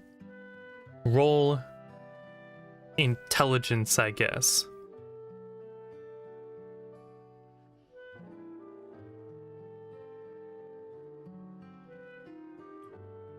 Sorry about that. Let me see. What did I say you were doing? Yeah, you were making meatballs. Intelligence, whoosh! You have cook's utensils proficiency, so you can add like a +2 to that. 13, delicious, delicious, mega, massive, jumbo meatballs. They are incredible tasting. You taste them a little bit yourself, you are so like astounded at your genius, chat. These are the best meatballs you've ever created. All right, so I got some fries. Bet you wish you had fries now, chat. Every time we create food in the D&D game, you have to create it in real life. Actually, I did have meatballs like 10 minutes ago, too. Fries and meatballs. Epic. So. You're ready, chat. As you head on out, farther into the forest, preparing to get information on Lord Tassadar, the Vampire Lord, entering his manor with the invitation you've received. Hoping to enjoy some food for dinner, while also perhaps getting some information on some of the Vampire Lord's weaknesses, or, if anything, what the inside of his manor looks like. This is one of the most important missions of your lifetime, chat. And considering that this invitation is only useful for one dinner, you'll have to make it count. With that, chat, you head off. And the music finally changes! Scary.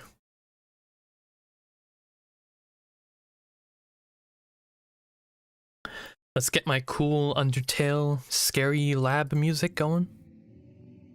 Ah yes, the best music for any D&D session. So, chat, as you go through the forest, glowing mushrooms surround the area. Dark, curved trees surround you. And a small pathway through the ruined vegetation leads you closer to the Vampire Lord's manor. Directions were given on the back of the invitation, and you've been following them up until now. You can hear something.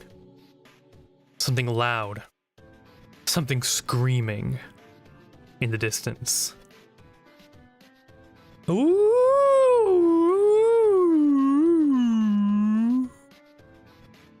It sounds like a dog, a wolf, maybe. However, the way that it howls is different, strange. You haven't heard a creature howl like this before. It echoes throughout the area, and the mere sound seems to cause the trees to shake and shudder. As you get closer,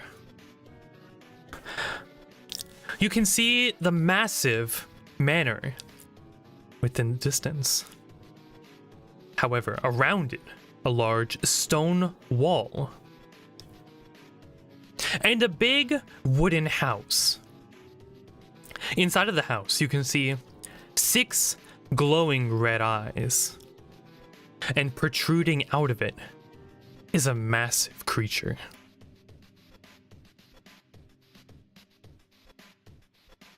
Whoosh. As the monster makes its presence known, the Nightmare Hound appears, chat. Its first clawed paw rushes out, and then this next. Its fur flames, its snout bone. It crawls closer. One of its heads sniffs the air, the other one growls, and the other one howls. With that, chat, what would you like to do?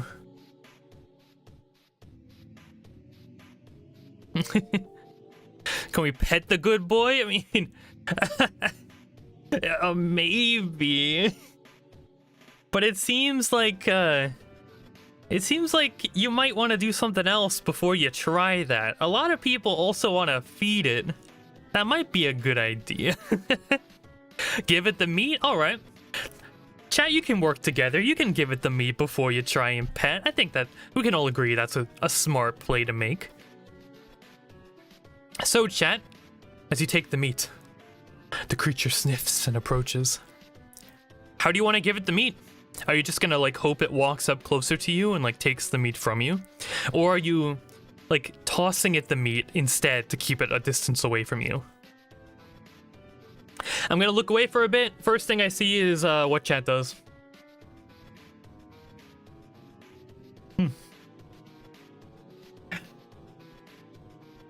These are sweet potato fries. They're pretty cool.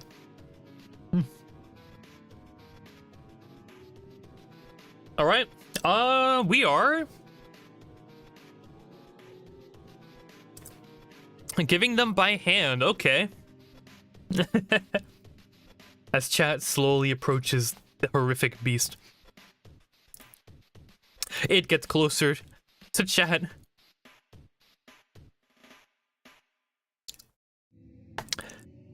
And as you hold out the ball of meat, the monster hisses.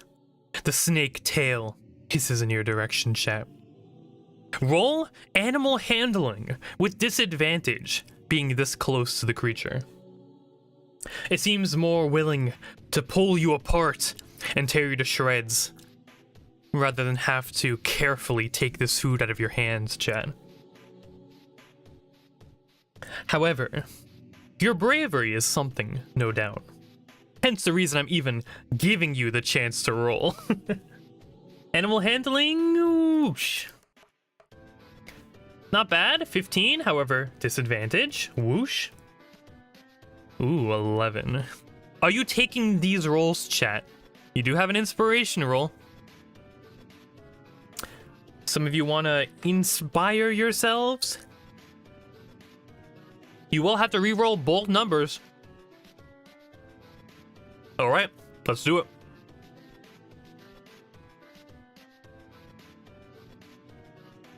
First one. Ew, 5. Gross. 16. Yep. So, 5. Ew. Who would have thought? Anyway, chat. The monster. It's not playing games with you, chat. Rather than take the meat out of your hand, it would much rather take your whole arm instead. Said inspiration before you rolled? It should have been the 15. What do you mean? You have to roll. We rolled with disadvantage, so you gotta roll both first. That's how inspiration works. And even if it doesn't, this is how I'm the DM here. These are my rules. Anyway, the monster is furious. It attempts to grab your arm viciously, chat. Let me pull out its sheet real quick.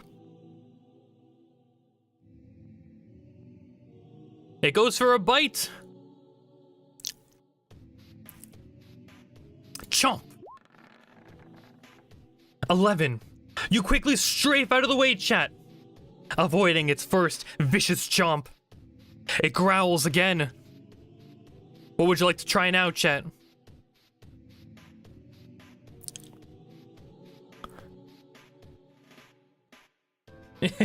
Bad doggo, sit.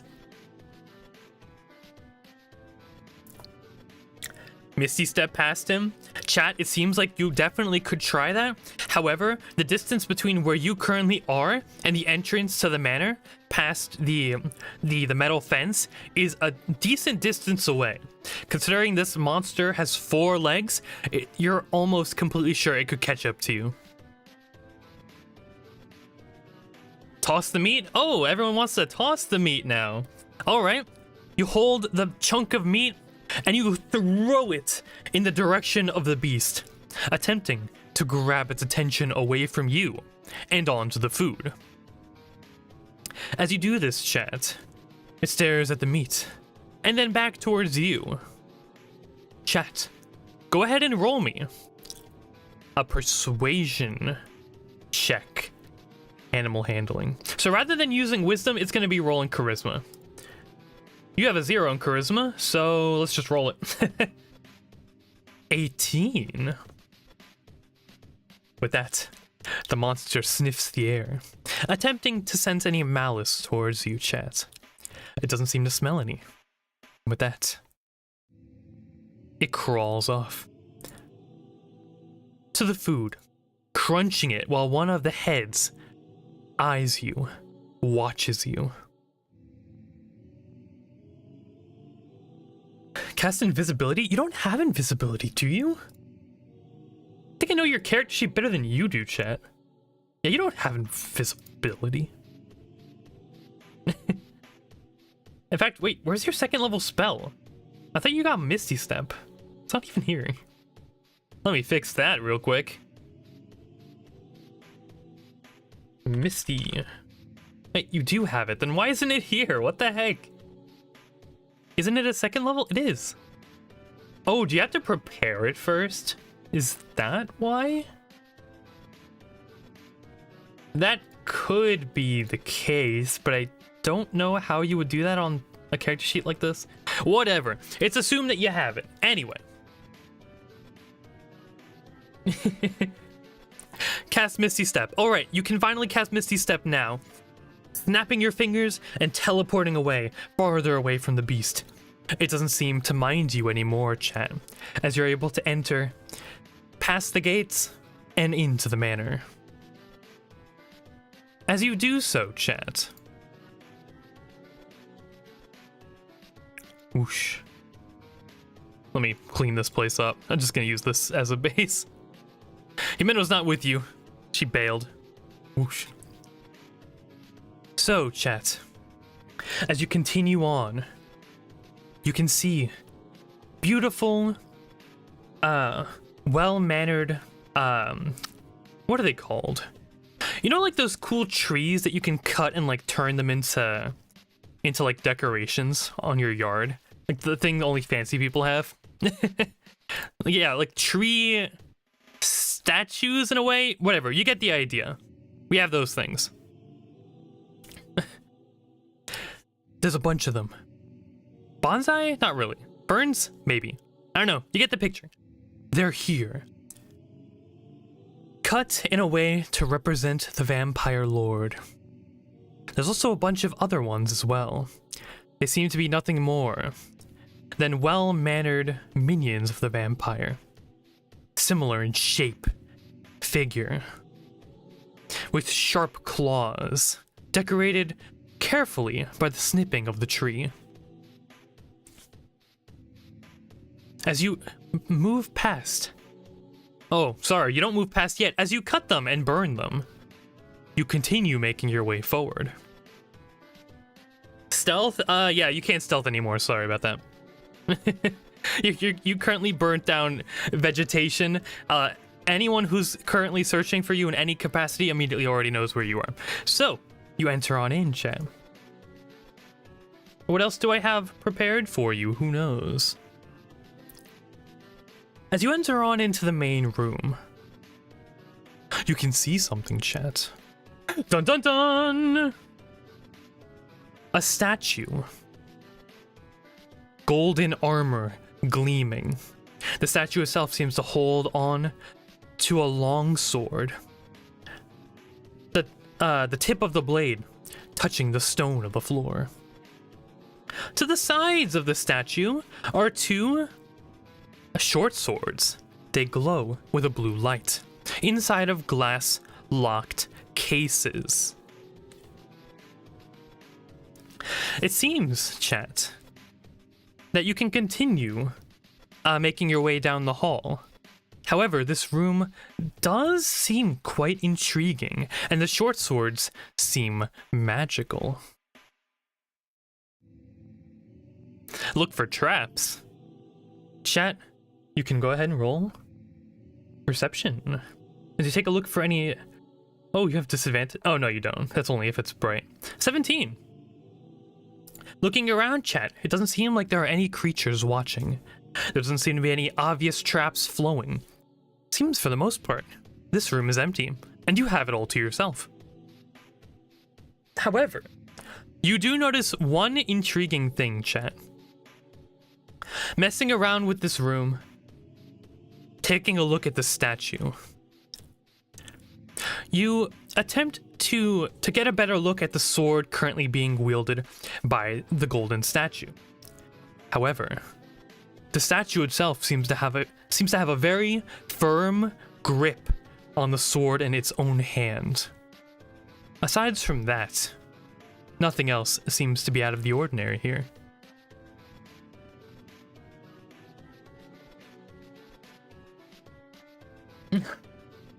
You want to sniff the statue? Sure, I'll let you roll Arcana.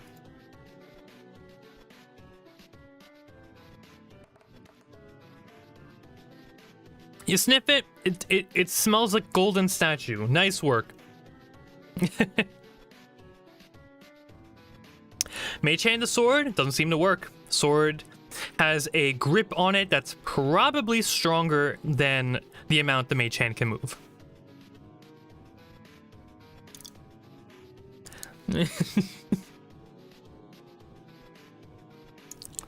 All right, what else are you gamers doing?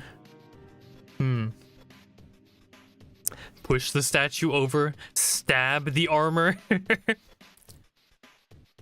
All right, chat, you head on over to the statue. You're getting sick and tired of this thing just existing here. You decide it's about time that it paid the price. You take your hands and you push the statue. Chat, roll me. Athletics. You're always trying to push things and pull things and grab things, but you don't have a good strength scores, chat. You have a terrible strength mod. Athletics, go. 1.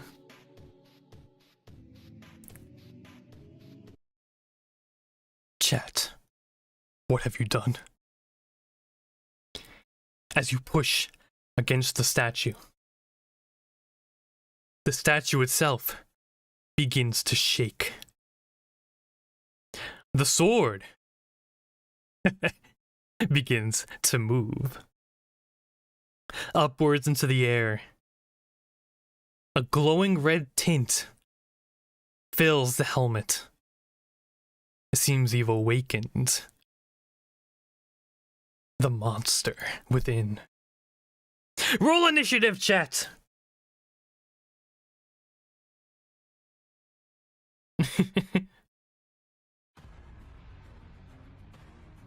Let's do this.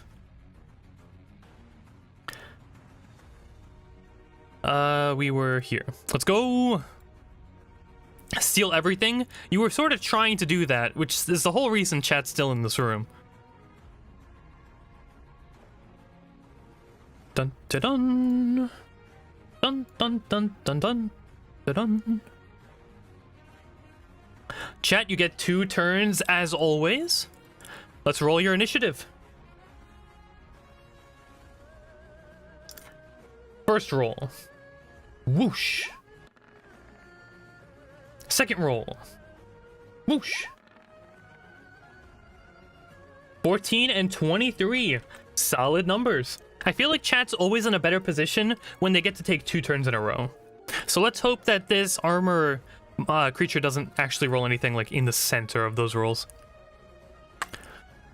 Pray to the gods. Whoosh. Nat 20. That's literally sitting this armor perfectly in between your 2 rolls, chat. What are the odds? Alright, chat. You're still up first. Oh, wait, no, you're not. Wait, you are. What the heck? Here we go. Cool.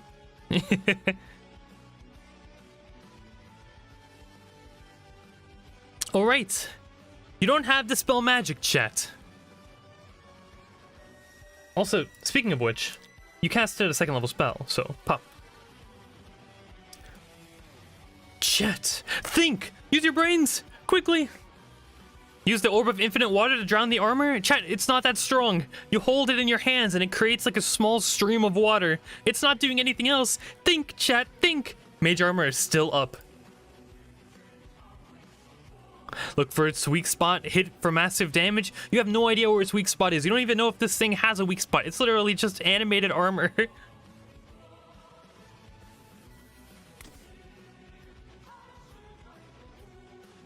Punch it. Chad, you have a -3 strength. Why do you want to punch it? Run away. Rust the armor. Run. Okay, chat. If you really want to run, you can. You can head down this hallway here. Do you want to disengage, chat? And flee the fight, or do you want to beat this thing up? Just so you know, these magical swords will be left behind. Whatever power they possess will be lost as you escape this room. Let me give you the poll. Are we running or are we fighting? Run, fight. I'm only gonna give you this option once, chat. Unless something crazy happens that changes the whole thing. I'll give you another option to like escape if like things are really dire.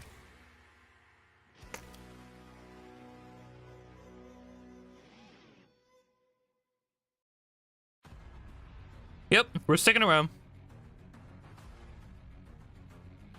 All right. With that in mind, chat, how are you gonna fight it?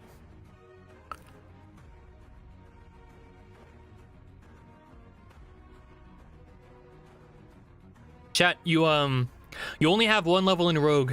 If you attempt to flee from right next to it and hide, you will take an opportunity attack if it intends to fight you. Sneak attack? Sure. One of the smarter options that, you know, you can't go wrong with a sneak attack. Steadying your aim and striking twice. 2 hits. Short sword and broken glaive. I think steady aim gives you advantage, so... Wait, does it? Let me check. 5e tools.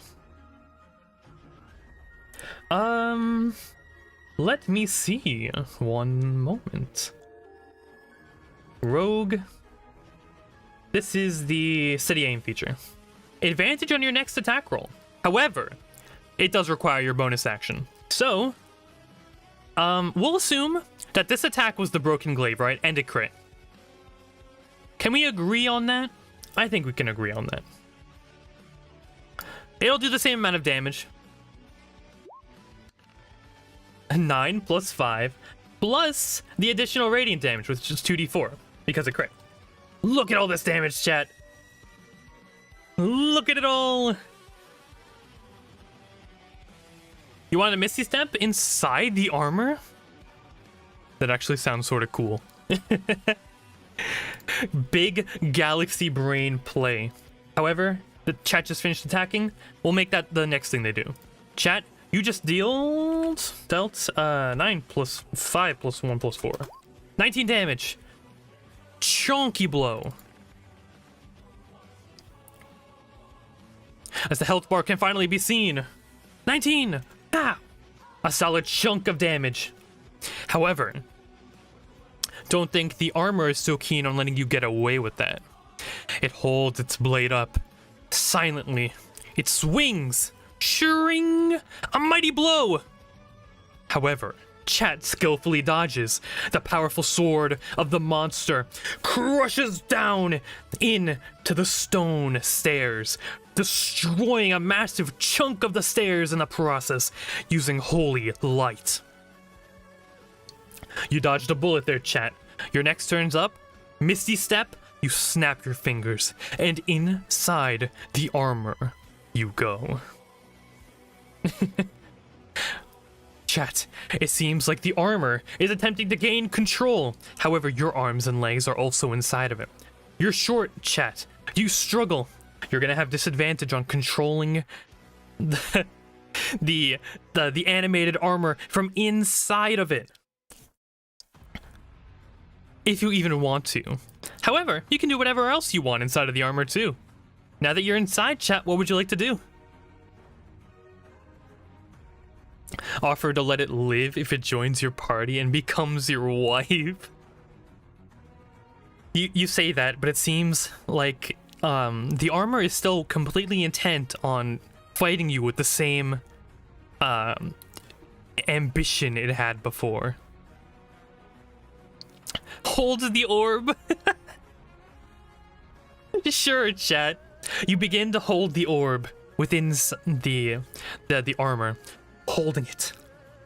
Water begins to spout from the orb itself, filling the armor with water, causing the boots and the gauntlets to fill with the liquid.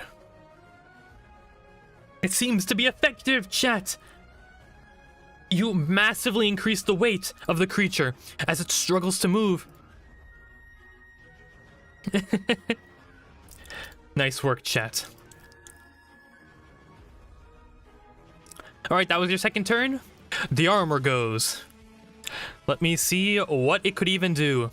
It takes its blade and attempts to strike it into itself, cutting through, dealing half the damage that this might do to you to itself.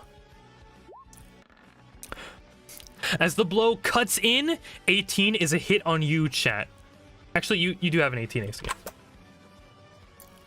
As it cuts, shring, 10 slashing damage. As it slices itself straight through, dealing 5 to itself and 10 to you, chat.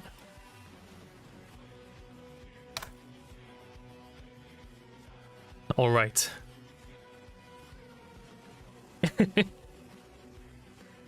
It seems like it's having a difficult time moving, chat, but that doesn't really matter because you're literally inside of it.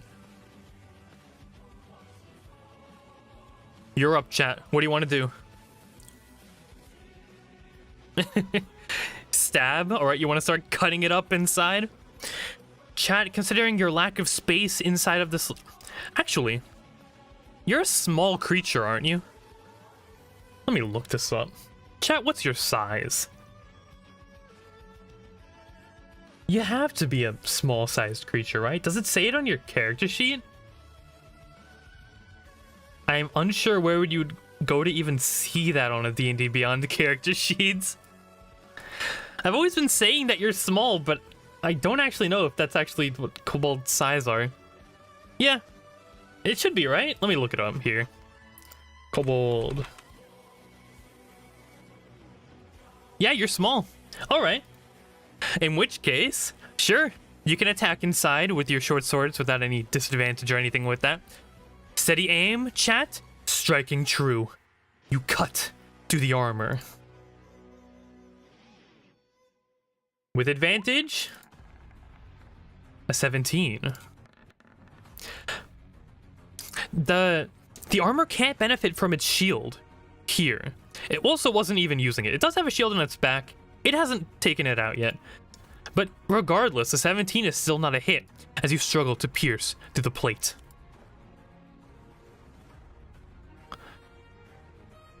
Alright, chat, you have one more chance to do something. What else would you like it to be?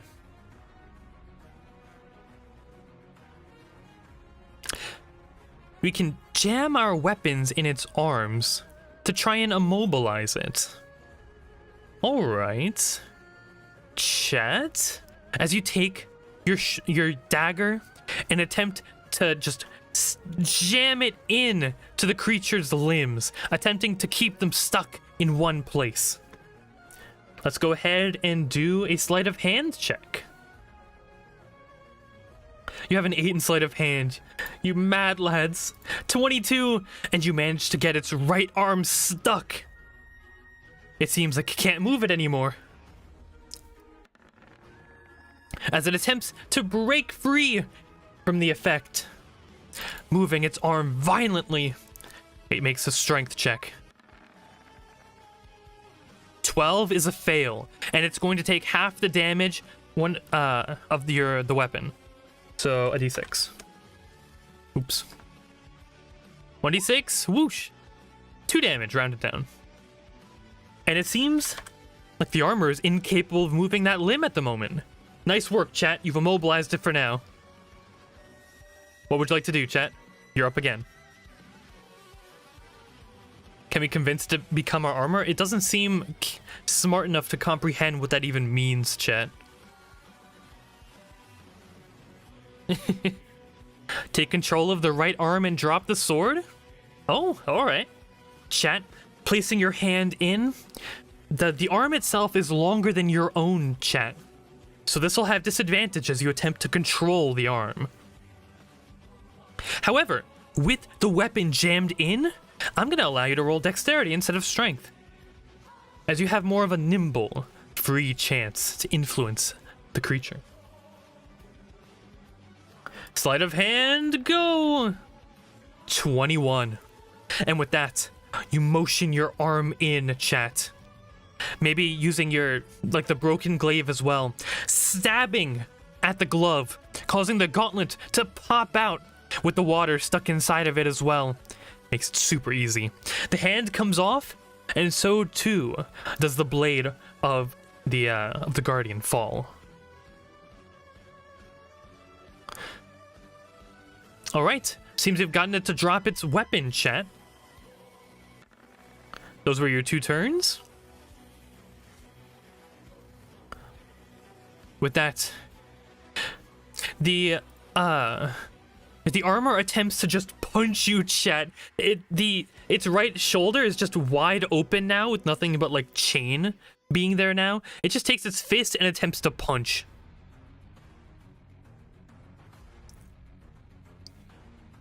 Punch.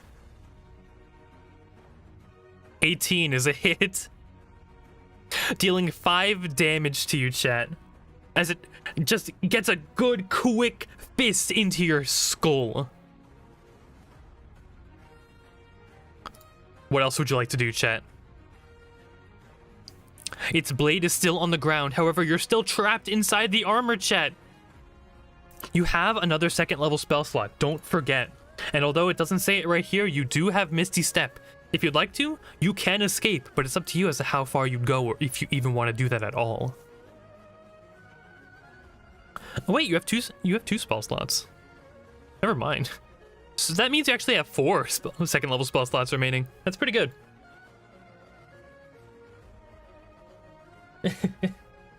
Stab the other hand. All right. Although you haven't like propped anything inside of this one, chat, it will need to be a strength check. I'm gonna tell you now, it's probably not gonna work well.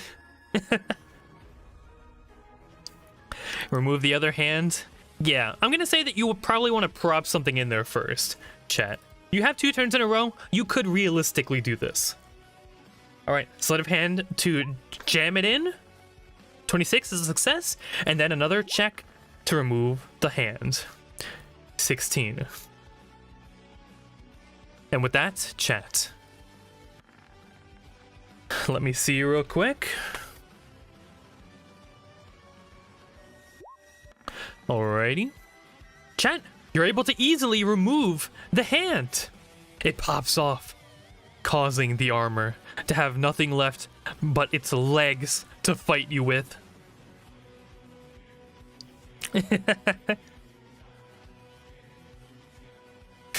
Telefrag him with Misty Step.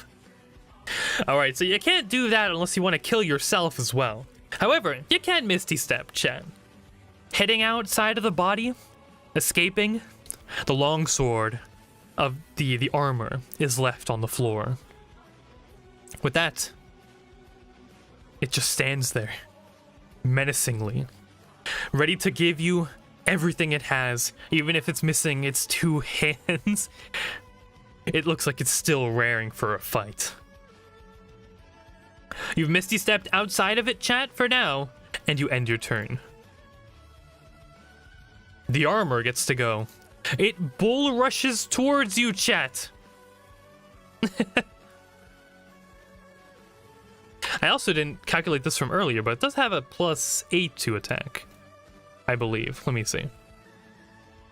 It's been a while since this thing has actually... Okay, there we go. No, it doesn't. Actually, it has a +6. Whoosh. 20. As it rushes you down, chat, slamming into you for another 5 damage.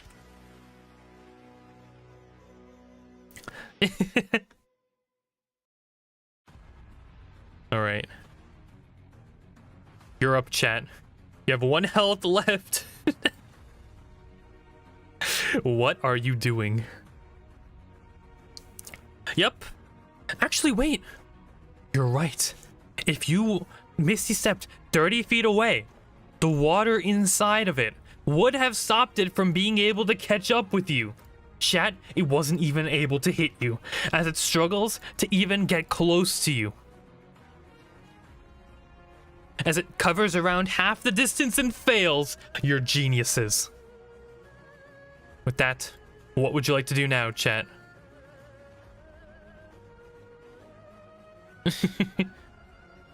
Grab the swords and run? Chat, this thing is slowly following you. With the way the room is set up, it's gonna catch up and probably slam dunk you if you're not careful. It's pretty injured. You could easily take advantage of it. Do you want to just strike it down? With your speed, you could realistically do that. Firebolt it to death? Alright. With that, chat, I honestly don't think the armor can fight back. As you kite it around the room, the mindless servitude of the armor can do nothing else but chase you down fruitlessly. As you strike it down with multiple firebolts, its helmet falls, its armor shatters and burns. And with that, it falls to the ground. Defeated.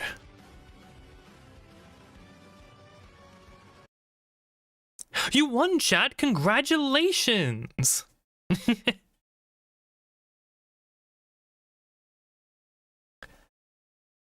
Alright. What's this song? Is this too emotional? Yeah, this is way too emotional. Let's find something calmer. Haha. Perfect. So, chat, you go over to the swords. They seem to be unlocked glass cases. Completely trying to forget that you almost got murdered to death by a plate mail monstrosity. You go ahead to the cases, cracking them open. No, who cares about the glass at this point? You don't care. Taking the blades. They seem to be +1 short swords, chat. A solid prize for your noble efforts. Congratulations, chat. You got 2 +1 short swords. Short sword. Take the shield on its back. All right. You add that to your equipment as well. Short sword +1. I'll add that to your sheet over here so you know you have it. Features and traits, inventory. Here we go.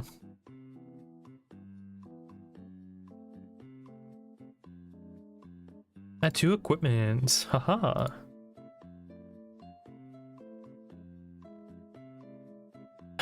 I wish I knew how to add like more of them. Whatever, you have it now. Nice work, chat. Take the helmet. It's pretty much ruined and messed up, but sure, you can wear it if you want. You can't wear the rest of your armor. The armor, you're not proficient in it, and you've also absolutely decimated most of it. But the short swords are now in your possession, chat. Although you definitely prefer the glaive in your offhand, having a, well, the glaive in your main hand, having a magical short sword in your offhand can be pretty useful. Can we take the helmet while we have a pinwheel hat? Probably not. So you'll have to pick one or the other. Where are the arms? They're too long for you, chat. Classic anime. Not being able to wear the really cool things that you find off the enemies, because then it would ruin your character aesthetic. Short rest? Yep, combat's over. So short rest you have achieved. Let's go ahead and roll some hit dice, chat. I also believe you can regenerate some spell slots because you're a wizard. Arcane Recovery. Combined level of 2 spell slots. Sure. I'm gonna go ahead and give you a Well, you already used 2, but I'll just... Yeah, there. It's fixed. And we'll click that. Cool. And now you can roll some hit point things. Chat. Oh, no, wait. I accidentally killed you. What? There. Alright. Now I can properly heal you, Chan. Short rest time. As you sit inside of the room, making some treats for yourself, chat. You are a chef after all. Maybe you can munch on some of them. Let's go ahead and roll some of your hit dice.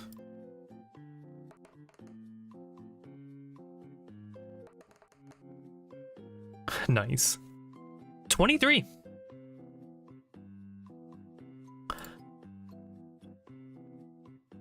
Cool. You can...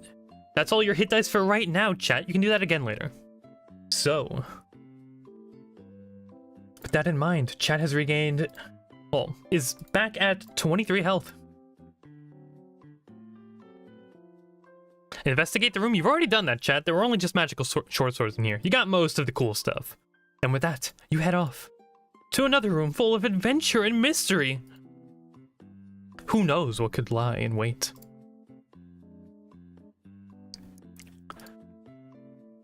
However, chat, you see something.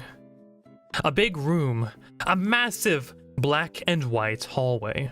There seems to be a door on the opposite end. And a small creature with a clock-like face and rotting limbs.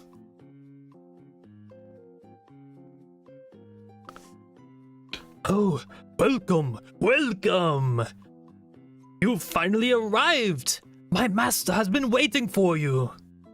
Please, please, just go to the edge and open those doors, and you may finally meet him.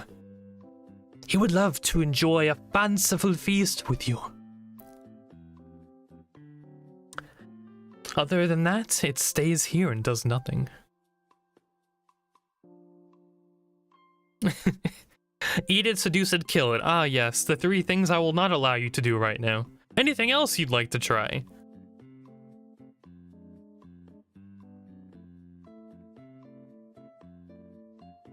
Ask why his little doggy attacked. Ah, yes. The manor dog. A beast that not even the master can control. It was gifted to him by a wicked fae. It guards the manor. Considering the everlasting darkness in the region, it has no reason to leave.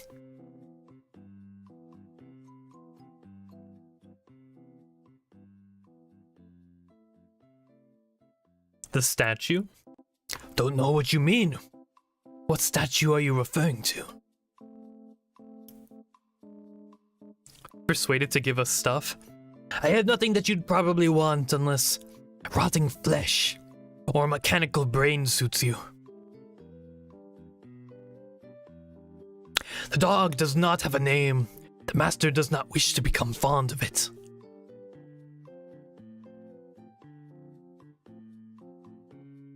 Oh, the armor. I suppose you messed with it then. The master had recently created it. He said, let's test the kobold. We'll put some things that they're sure to like. And put the armor there if they do decide to meddle. It was a test to see how would you say, easy you were to manipulate. Considering your bruises, it seems the master was right. You are pretty easy to deceive with items and trinkets.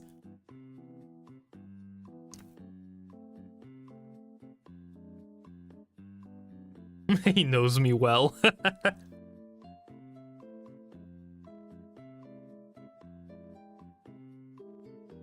What's the pay like, considering picking up a gig here? Consider yourself nothing more than a guest in Lord Tassadal's manor. You are to leave once your business here is done. Ask for rumors? Rumor has it that if you're not careful with how you speak during Lord Tassidar's presence, he will find you executed on the spot. You won't survive to escape here. Lord Tassidar's magic is known throughout the forest as being wicked and unpredictable, mostly unforgiving. He spies on them all. He knows your weaknesses.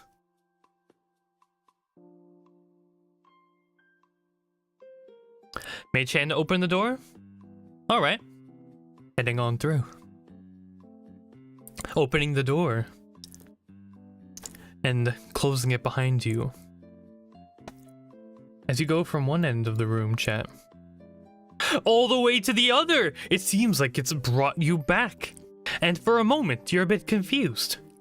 Did you mix up the doors? You looked back for a second. Did you just walk right back through the same door? Or perhaps it was merely the trick of the light. Oh, welcome back.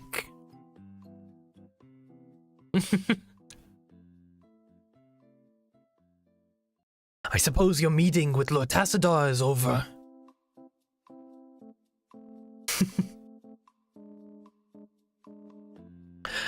If you were a cleric or paladin, you could create holy water. However, you are not.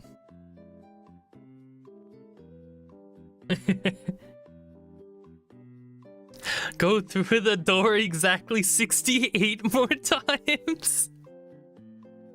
Sure. You go back and forth, whoosh, whoosh, whoosh, whoosh. Amazing. And with that, it seems like it constantly brings you back and forth between these two locations, chat. What magic is this? Are you trying to trick me? Oh, heaven forbid. In fact, I have no idea what you're going on about, Kobold. Have you already finished your meeting with Lord Tassadar? If you have, please leave at once. Your business is concluded.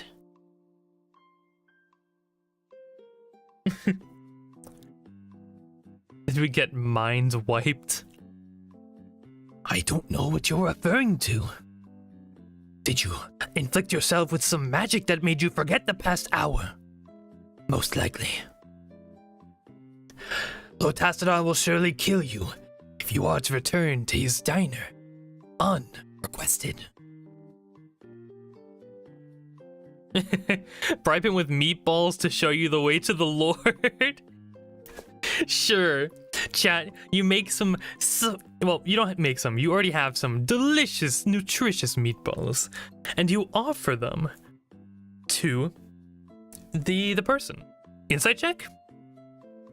Sure. As you offer them, you could roll insight. Insight roll, go. Where the heck is your insight? Here it is. +1. Why do you have nothing, like no good stats in anything but this, chat? You know, considering that, like, your character is the only one that ever matters, I feel like having a variety of different stats is more important than having a single gimmick.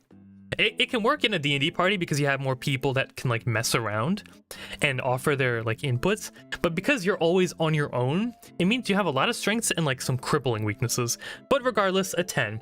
Chat, you're unsure. Could this be a magical effect? Could this creature actually know what's going on? It seems like they're blissfully ignorant, considering how long they've been standing here. But regardless, you offer them meatballs in this trying time, and they stare at them. Oh, delicious meatballs. Yes, yes. They smell of the dead. I will gladly take these off your hands. And with that, they starts like eating them. I haven't had a meal like this in ages. A bit of my humanity is coming back, if only a bit. I thank you for this meal. Perhaps I was too harsh. My tricks. No doubt you've noticed. I will remove the barrier on the doors. You've proven yourself to be acknowledging that gifts are important to the Lord and to me. You've passed the test, but I'll give you a warning, Kobold. Go to Lord Tassadar without a gift, and you will find yourself dead before you can speak. That is all. Good luck. And with that, the creature snaps its fingers. The world begins to spin, blue, yellow, red, and then back to normal.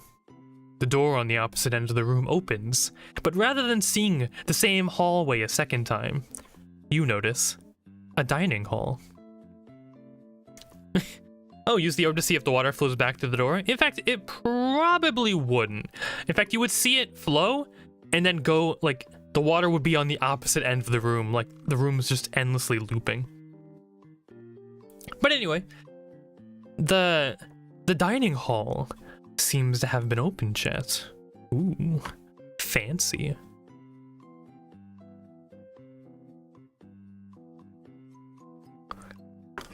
Alright, let's see. What gift are you preparing, chap? Gift our 2 brain cells.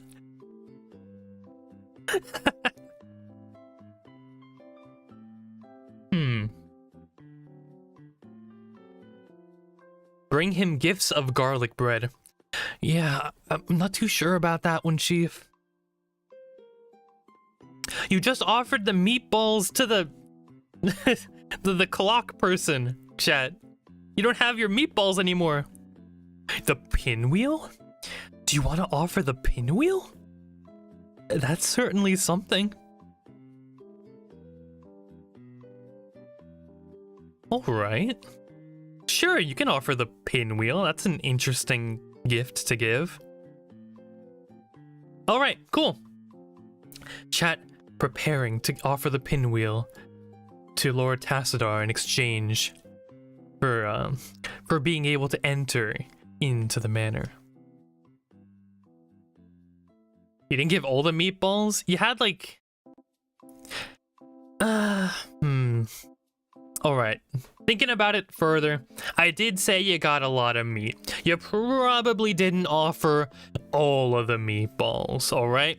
Let me start a poll. Do you want to offer the remainder of your meatballs, or do you want to offer the pinwheel?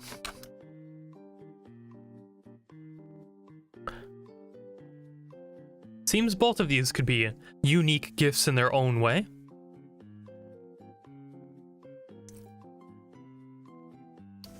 Lie about the pinwheel, say it's a good luck charm if it blows in the wind. Are you trying to get Lord Tassadar to summon the air elemental?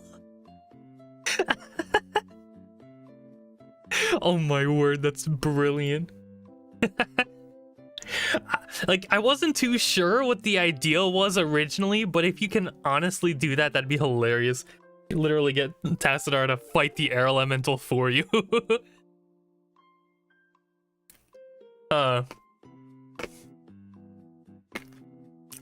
Chat, the plan is in motion. 180 of you haven't voted. What do you want to do? Do you want to offer the meatballs so you can keep the pinwheel to yourself and perhaps a plan for it in the future? Or do you want to see if you can get Tassadar to accidentally summon and fight the air elemental on your behalf?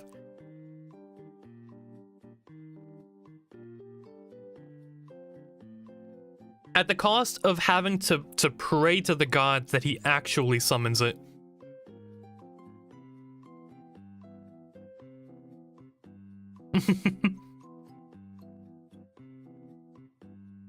It's 50-50 right now. What do you want me to... Okay, there we go. Pinwheel has 51%.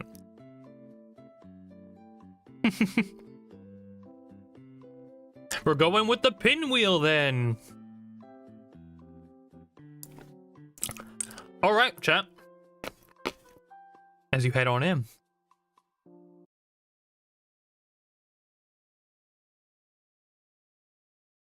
I need to get some cool, like, vampire manor music going. Give me a second.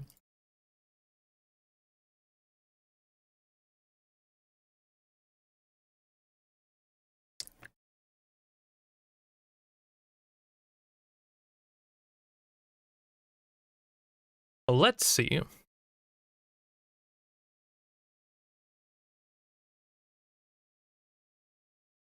How's this?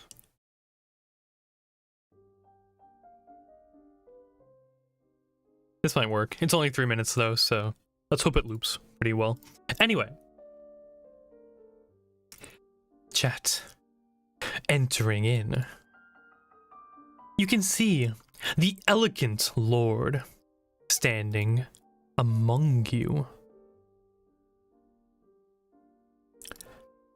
Next to the chair, Lord Tassadar bows. Ah, hello, Chat Jr. It's been a while. How goes the adventuring? The meddling with the humans? And the hope that you have any chance at fixing this ruined forest? And with that, Lord Tassadar takes a sip from a blood-red wine cup. As he does, the side of the glass seems to stain with whatever liquid dwells within.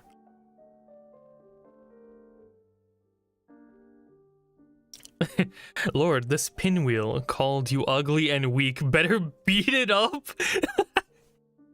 Okay, that's not happening. Not canon. Let me read someone else's text. Greetings, Lord. Taladin. No, it's Tassadar. You fool. Anyway, I bring you an offering for you. It is a pinwheel with the ability to summon an air elemental at will. Ah, I see. So, you understood to bring a gift for such a gracious host as I. I accept it. You claim it can summon an air elemental. What are you getting at, chat?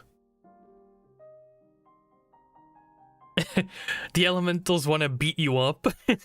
Show them who's the boss.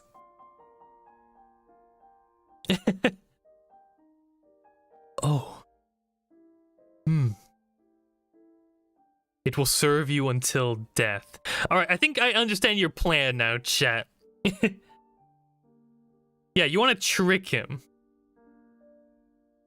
If you beat it, it gives you a wish. Ah, I see.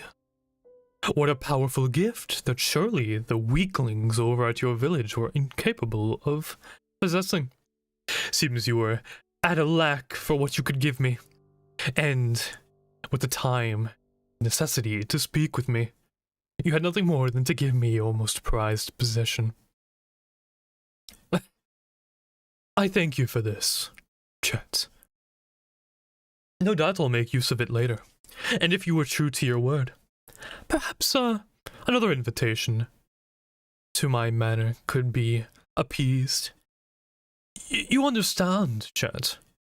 I wish for your best. You're strong. You're capable.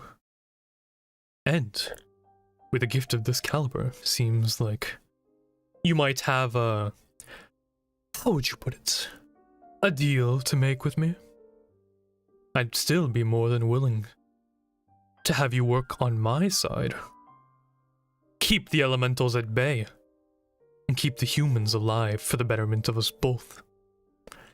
There are people in that village you care about, and you're on the wrong side if you wish to keep it that way.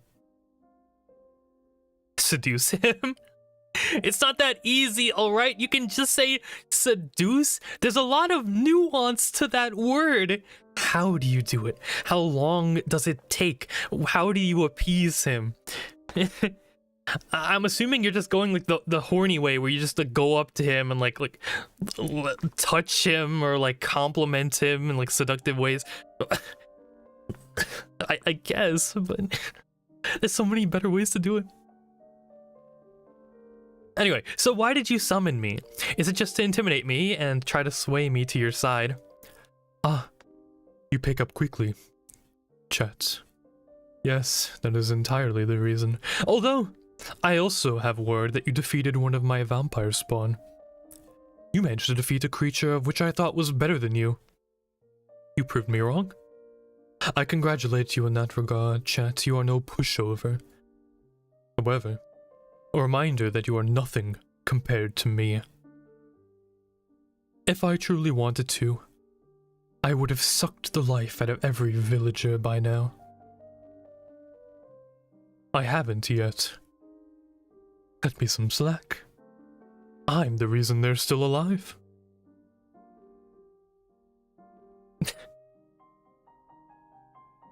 What if we helped him take over a different village? Apologies, chat, but this village has taken far too long to claim already. The forest here. I've been slowly corrupting a tree for the most of my lifetime. I've finally broken free. I've claimed the soul of the Guardian, and now I'm here, permanently bound to the forest and its ancient magic. I can never leave. If the last creatures that are capable of passion, empathy, and hope fall, I too would die, as the tree would melt.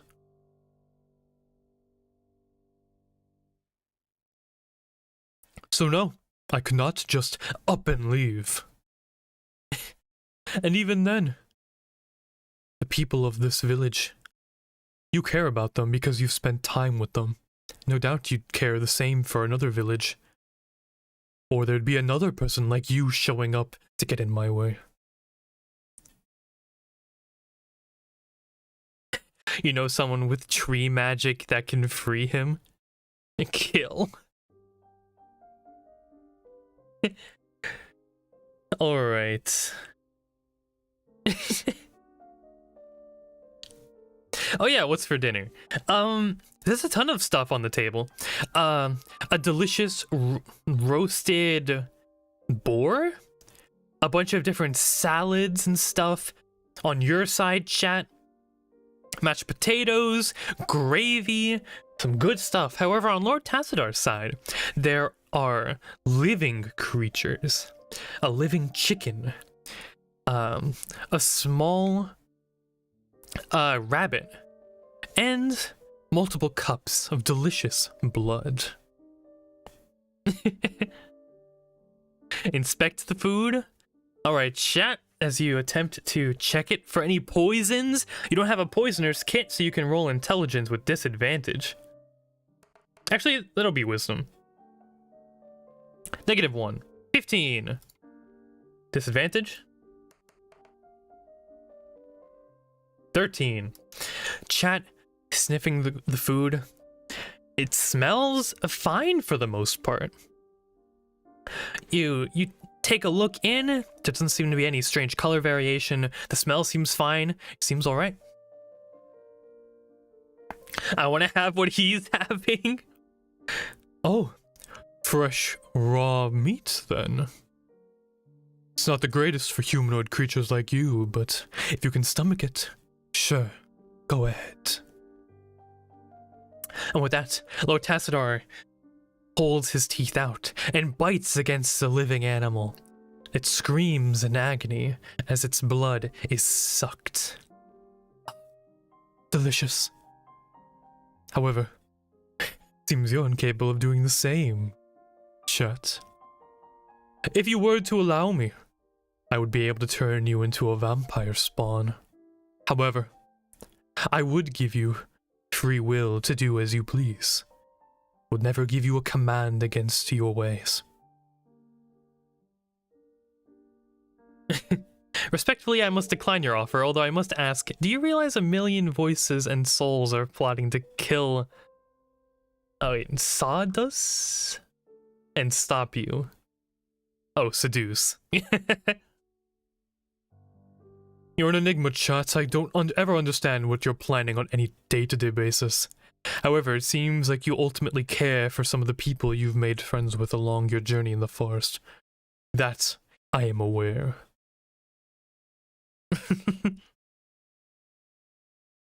I reject my humanity, Jojo.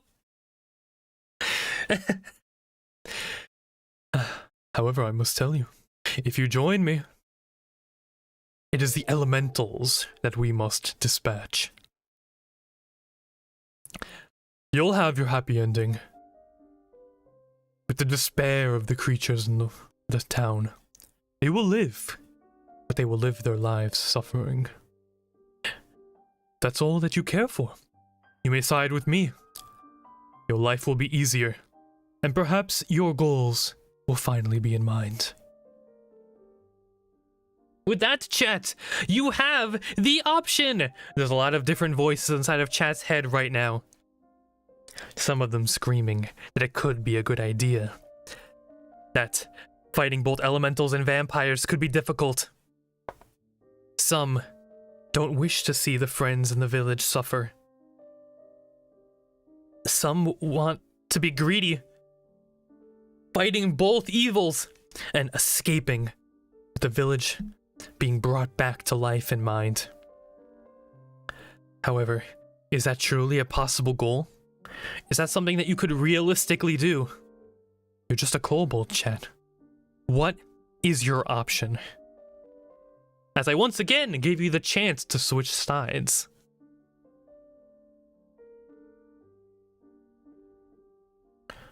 Join the vampires, chat? Yes or no? I've told you what it means to be on the vampire team, and if you do, next session will be detailed around vampire shenanigans in mind. However, if you don't, you will continue your quest to defeat the vampires from the inside and work to stop the menace of the elemental rampage. Vampires kind of suck, not gonna lie. How dare you say that? Vampires are cool.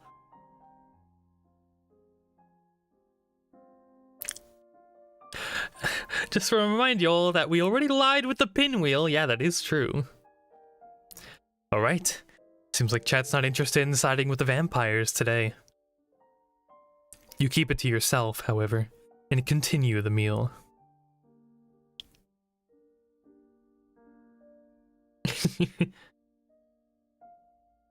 Work the dog into the meal? What?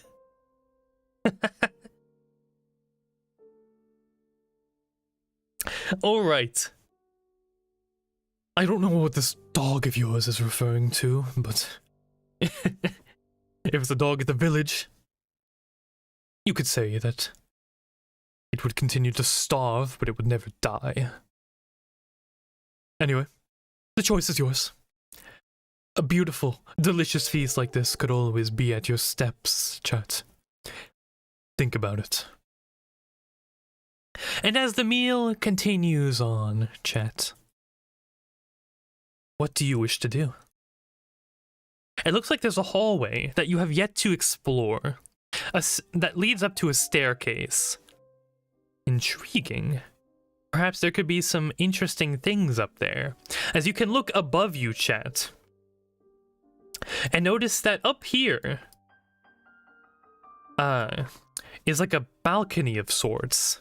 There are doors. There seems to be more rooms that you've yet to explore. Explore the hallway? Alright, chat, you could, but how are you going to offer an excuse to go explore in the first place? Seduce him by letting him turn us and be his one and only? Ah, yes, you'd assume a vampire would ever get it up with their spawn.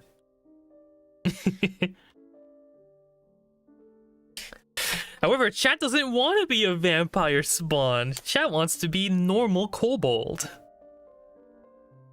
They ain't making no deals with no vampires. Say you need to use the bathroom? Ah, yes, I forgot you. You fleshy ones do require to use the restroom from time to time. Been so long, I've forgotten. Feel free to find a place to relieve yourself. We have not finished our dinner. Return back when you've concluded. Do not explore. In chat, you run off to go explore. As you go ahead up the steps, you see something, chat. There seems to be a room. The door is wide open.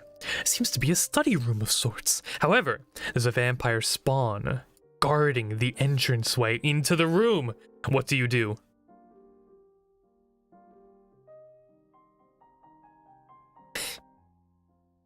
Maybe you also actually do need to use the restroom, but you haven't done it yet.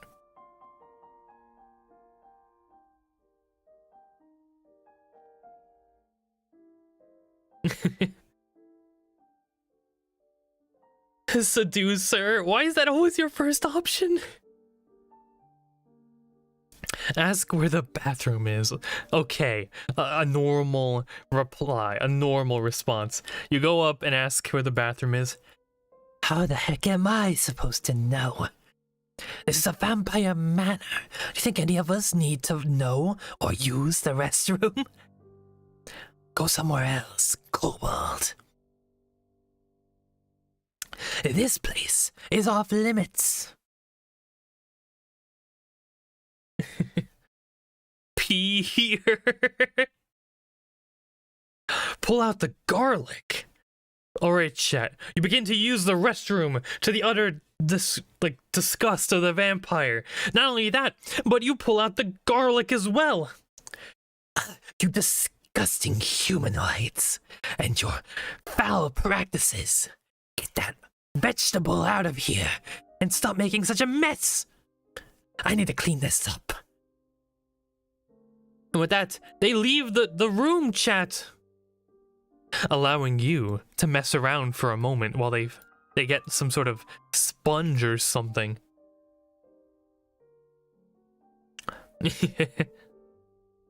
With that, chat, you have this room all to yourself.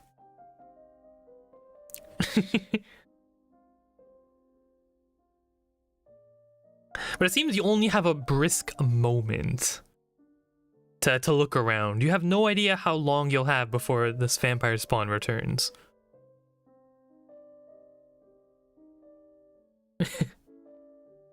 Investigate, alright. Flood the room.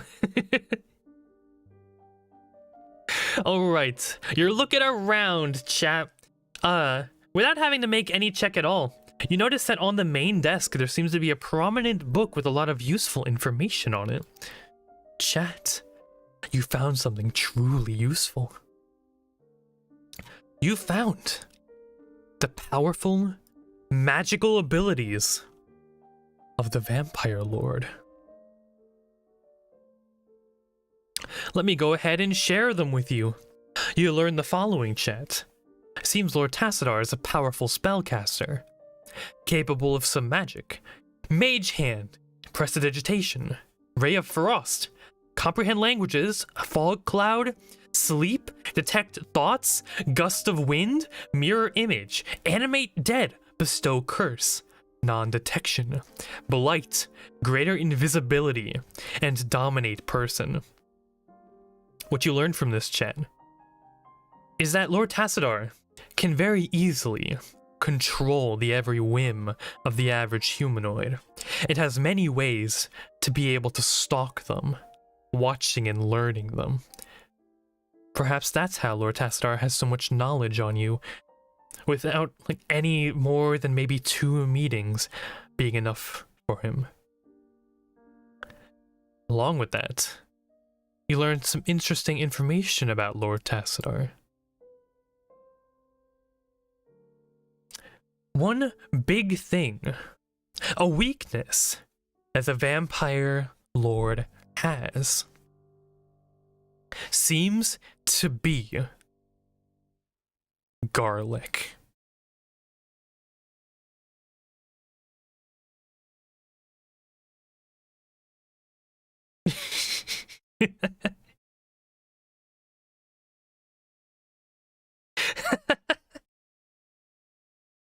No joke.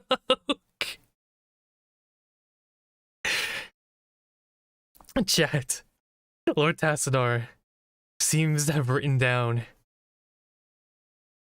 that he's been completely worried, terrified even, that chat somehow knows something about his garlic allergy. A terrifying thing.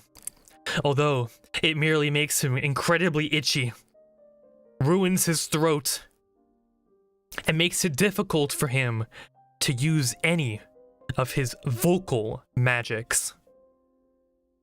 He doesn't think that a kobold of your stature could ever truly abuse his weakness.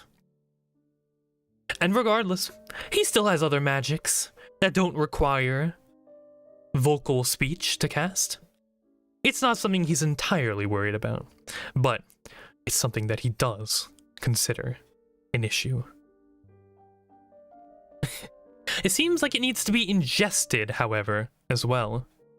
As a chef, chat, ideas, thoughts come to your mind as to how you could possibly mess with Tassadar. Not necessarily rubbing garlic everywhere, that doesn't seem to work. Oh yeah, he also can't stand the blood of anyone who's recently eaten garlic. So if anything, adding garlic to your diet could theoretically mess with Lord Tassadar's feeding, causing him to have the same issues. It's something to keep in mind. With that, chat, you attempt to quickly leave before, well, you can hear the steps of the vampire spawn returning. Oh, thank you, Wild Ludicolo for the 5. She returns and looks over.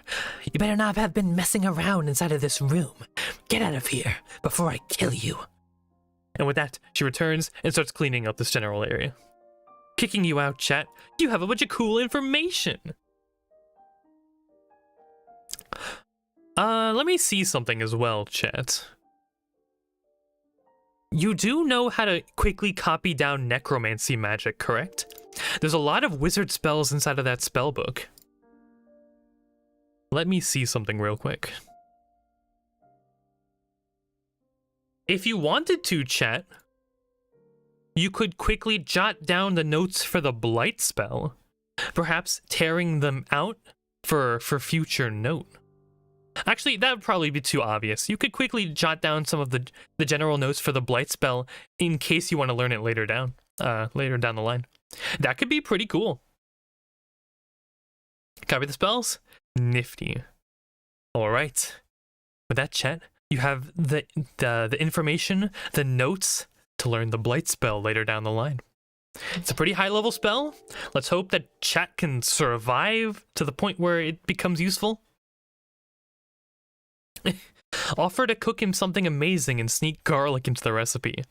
Eat some garlic yourself beforehand. Yeah, that could definitely be something you do. Although, chat, Lord Tassadar is a vampire lord, as you might know. You could definitely mess with him now, but the garlic isn't gonna kill him in any way. You might want to do that once you have a solid plan in mind to actually ridding the world of this vampire. So, chat, you learned a lot of important things. 1, vampire can be messed with garlic. And 2, the spell list of the monster. A lot of invisibility and mind-reading magic. Important information. Perhaps it might be enough to woo some of the elementals into fighting on your side. Maybe. With that in mind, chat, the food, the enjoyment of the feast comes to an end. Lord Tassadar thanks you for your time. Consider what I said, chat. The offer is always on the table. When you find yourself in ruin and despair, know that my doors are always open. But do not forget to feed the dog if you are to return. The meal has been concluded. Return to your village and weep, for it will be a cold night tonight. And with that, chat, you are kindly escorted out of the manor to return to the village with your information and perhaps a plot for what is to come.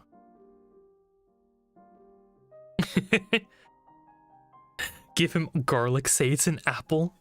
I'm not taking that. Although I do appreciate the gesture. Garlic, one of my favorite foods. And with that, chat, you can leave. You can tell that Lord Tassadar is bluffing. You know a little bit more than what he might think you do. Anyway, chat, you begin the journey back to the village.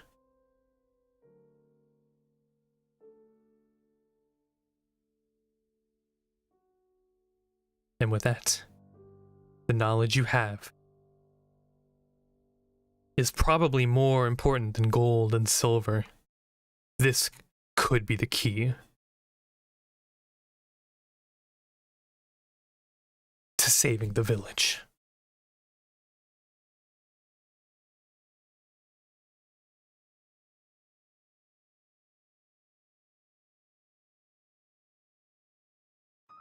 But yeah, chat, that was Chat Plays D&D Session 3.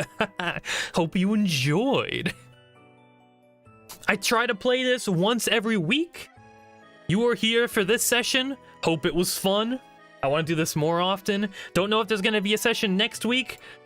Feel free, if you really care that much, to set your schedules. If you don't see a session at 3 p.m., you know what happened. I probably got busy. That, or I wasn't ready to destroy my throat that week and wanted to do something else. Maybe play Fire Emblem, who knows? I got the game on the Switch. It's pretty fun. But regardless, thank you all for showing up. You're all pretty cool. I love that we're having a whole lot more people, a whole lot more voices, letting chat do a bunch of wacky stuff. A lot more of you have been showing up at the sessions. That's pretty cool. Hopefully we can continue to grow. Chat survived more than 3 sessions, which means I'm finally going to draw some character art for them. I don't know, might do that on stream, might not. Entertaining's hard, and I like being alone, but we'll have to see. If I get the time, we'll have a new character token for the little chat creature. Let me pop them back on the screen real quick. Wait, they're gone. RIP. Anyway, I'll add them later. So, hope you all enjoyed. It was fun. Maybe next week. Maybe see ya then. Until next time, everyone, enjoy the rest of your week, and I'll see y'all later.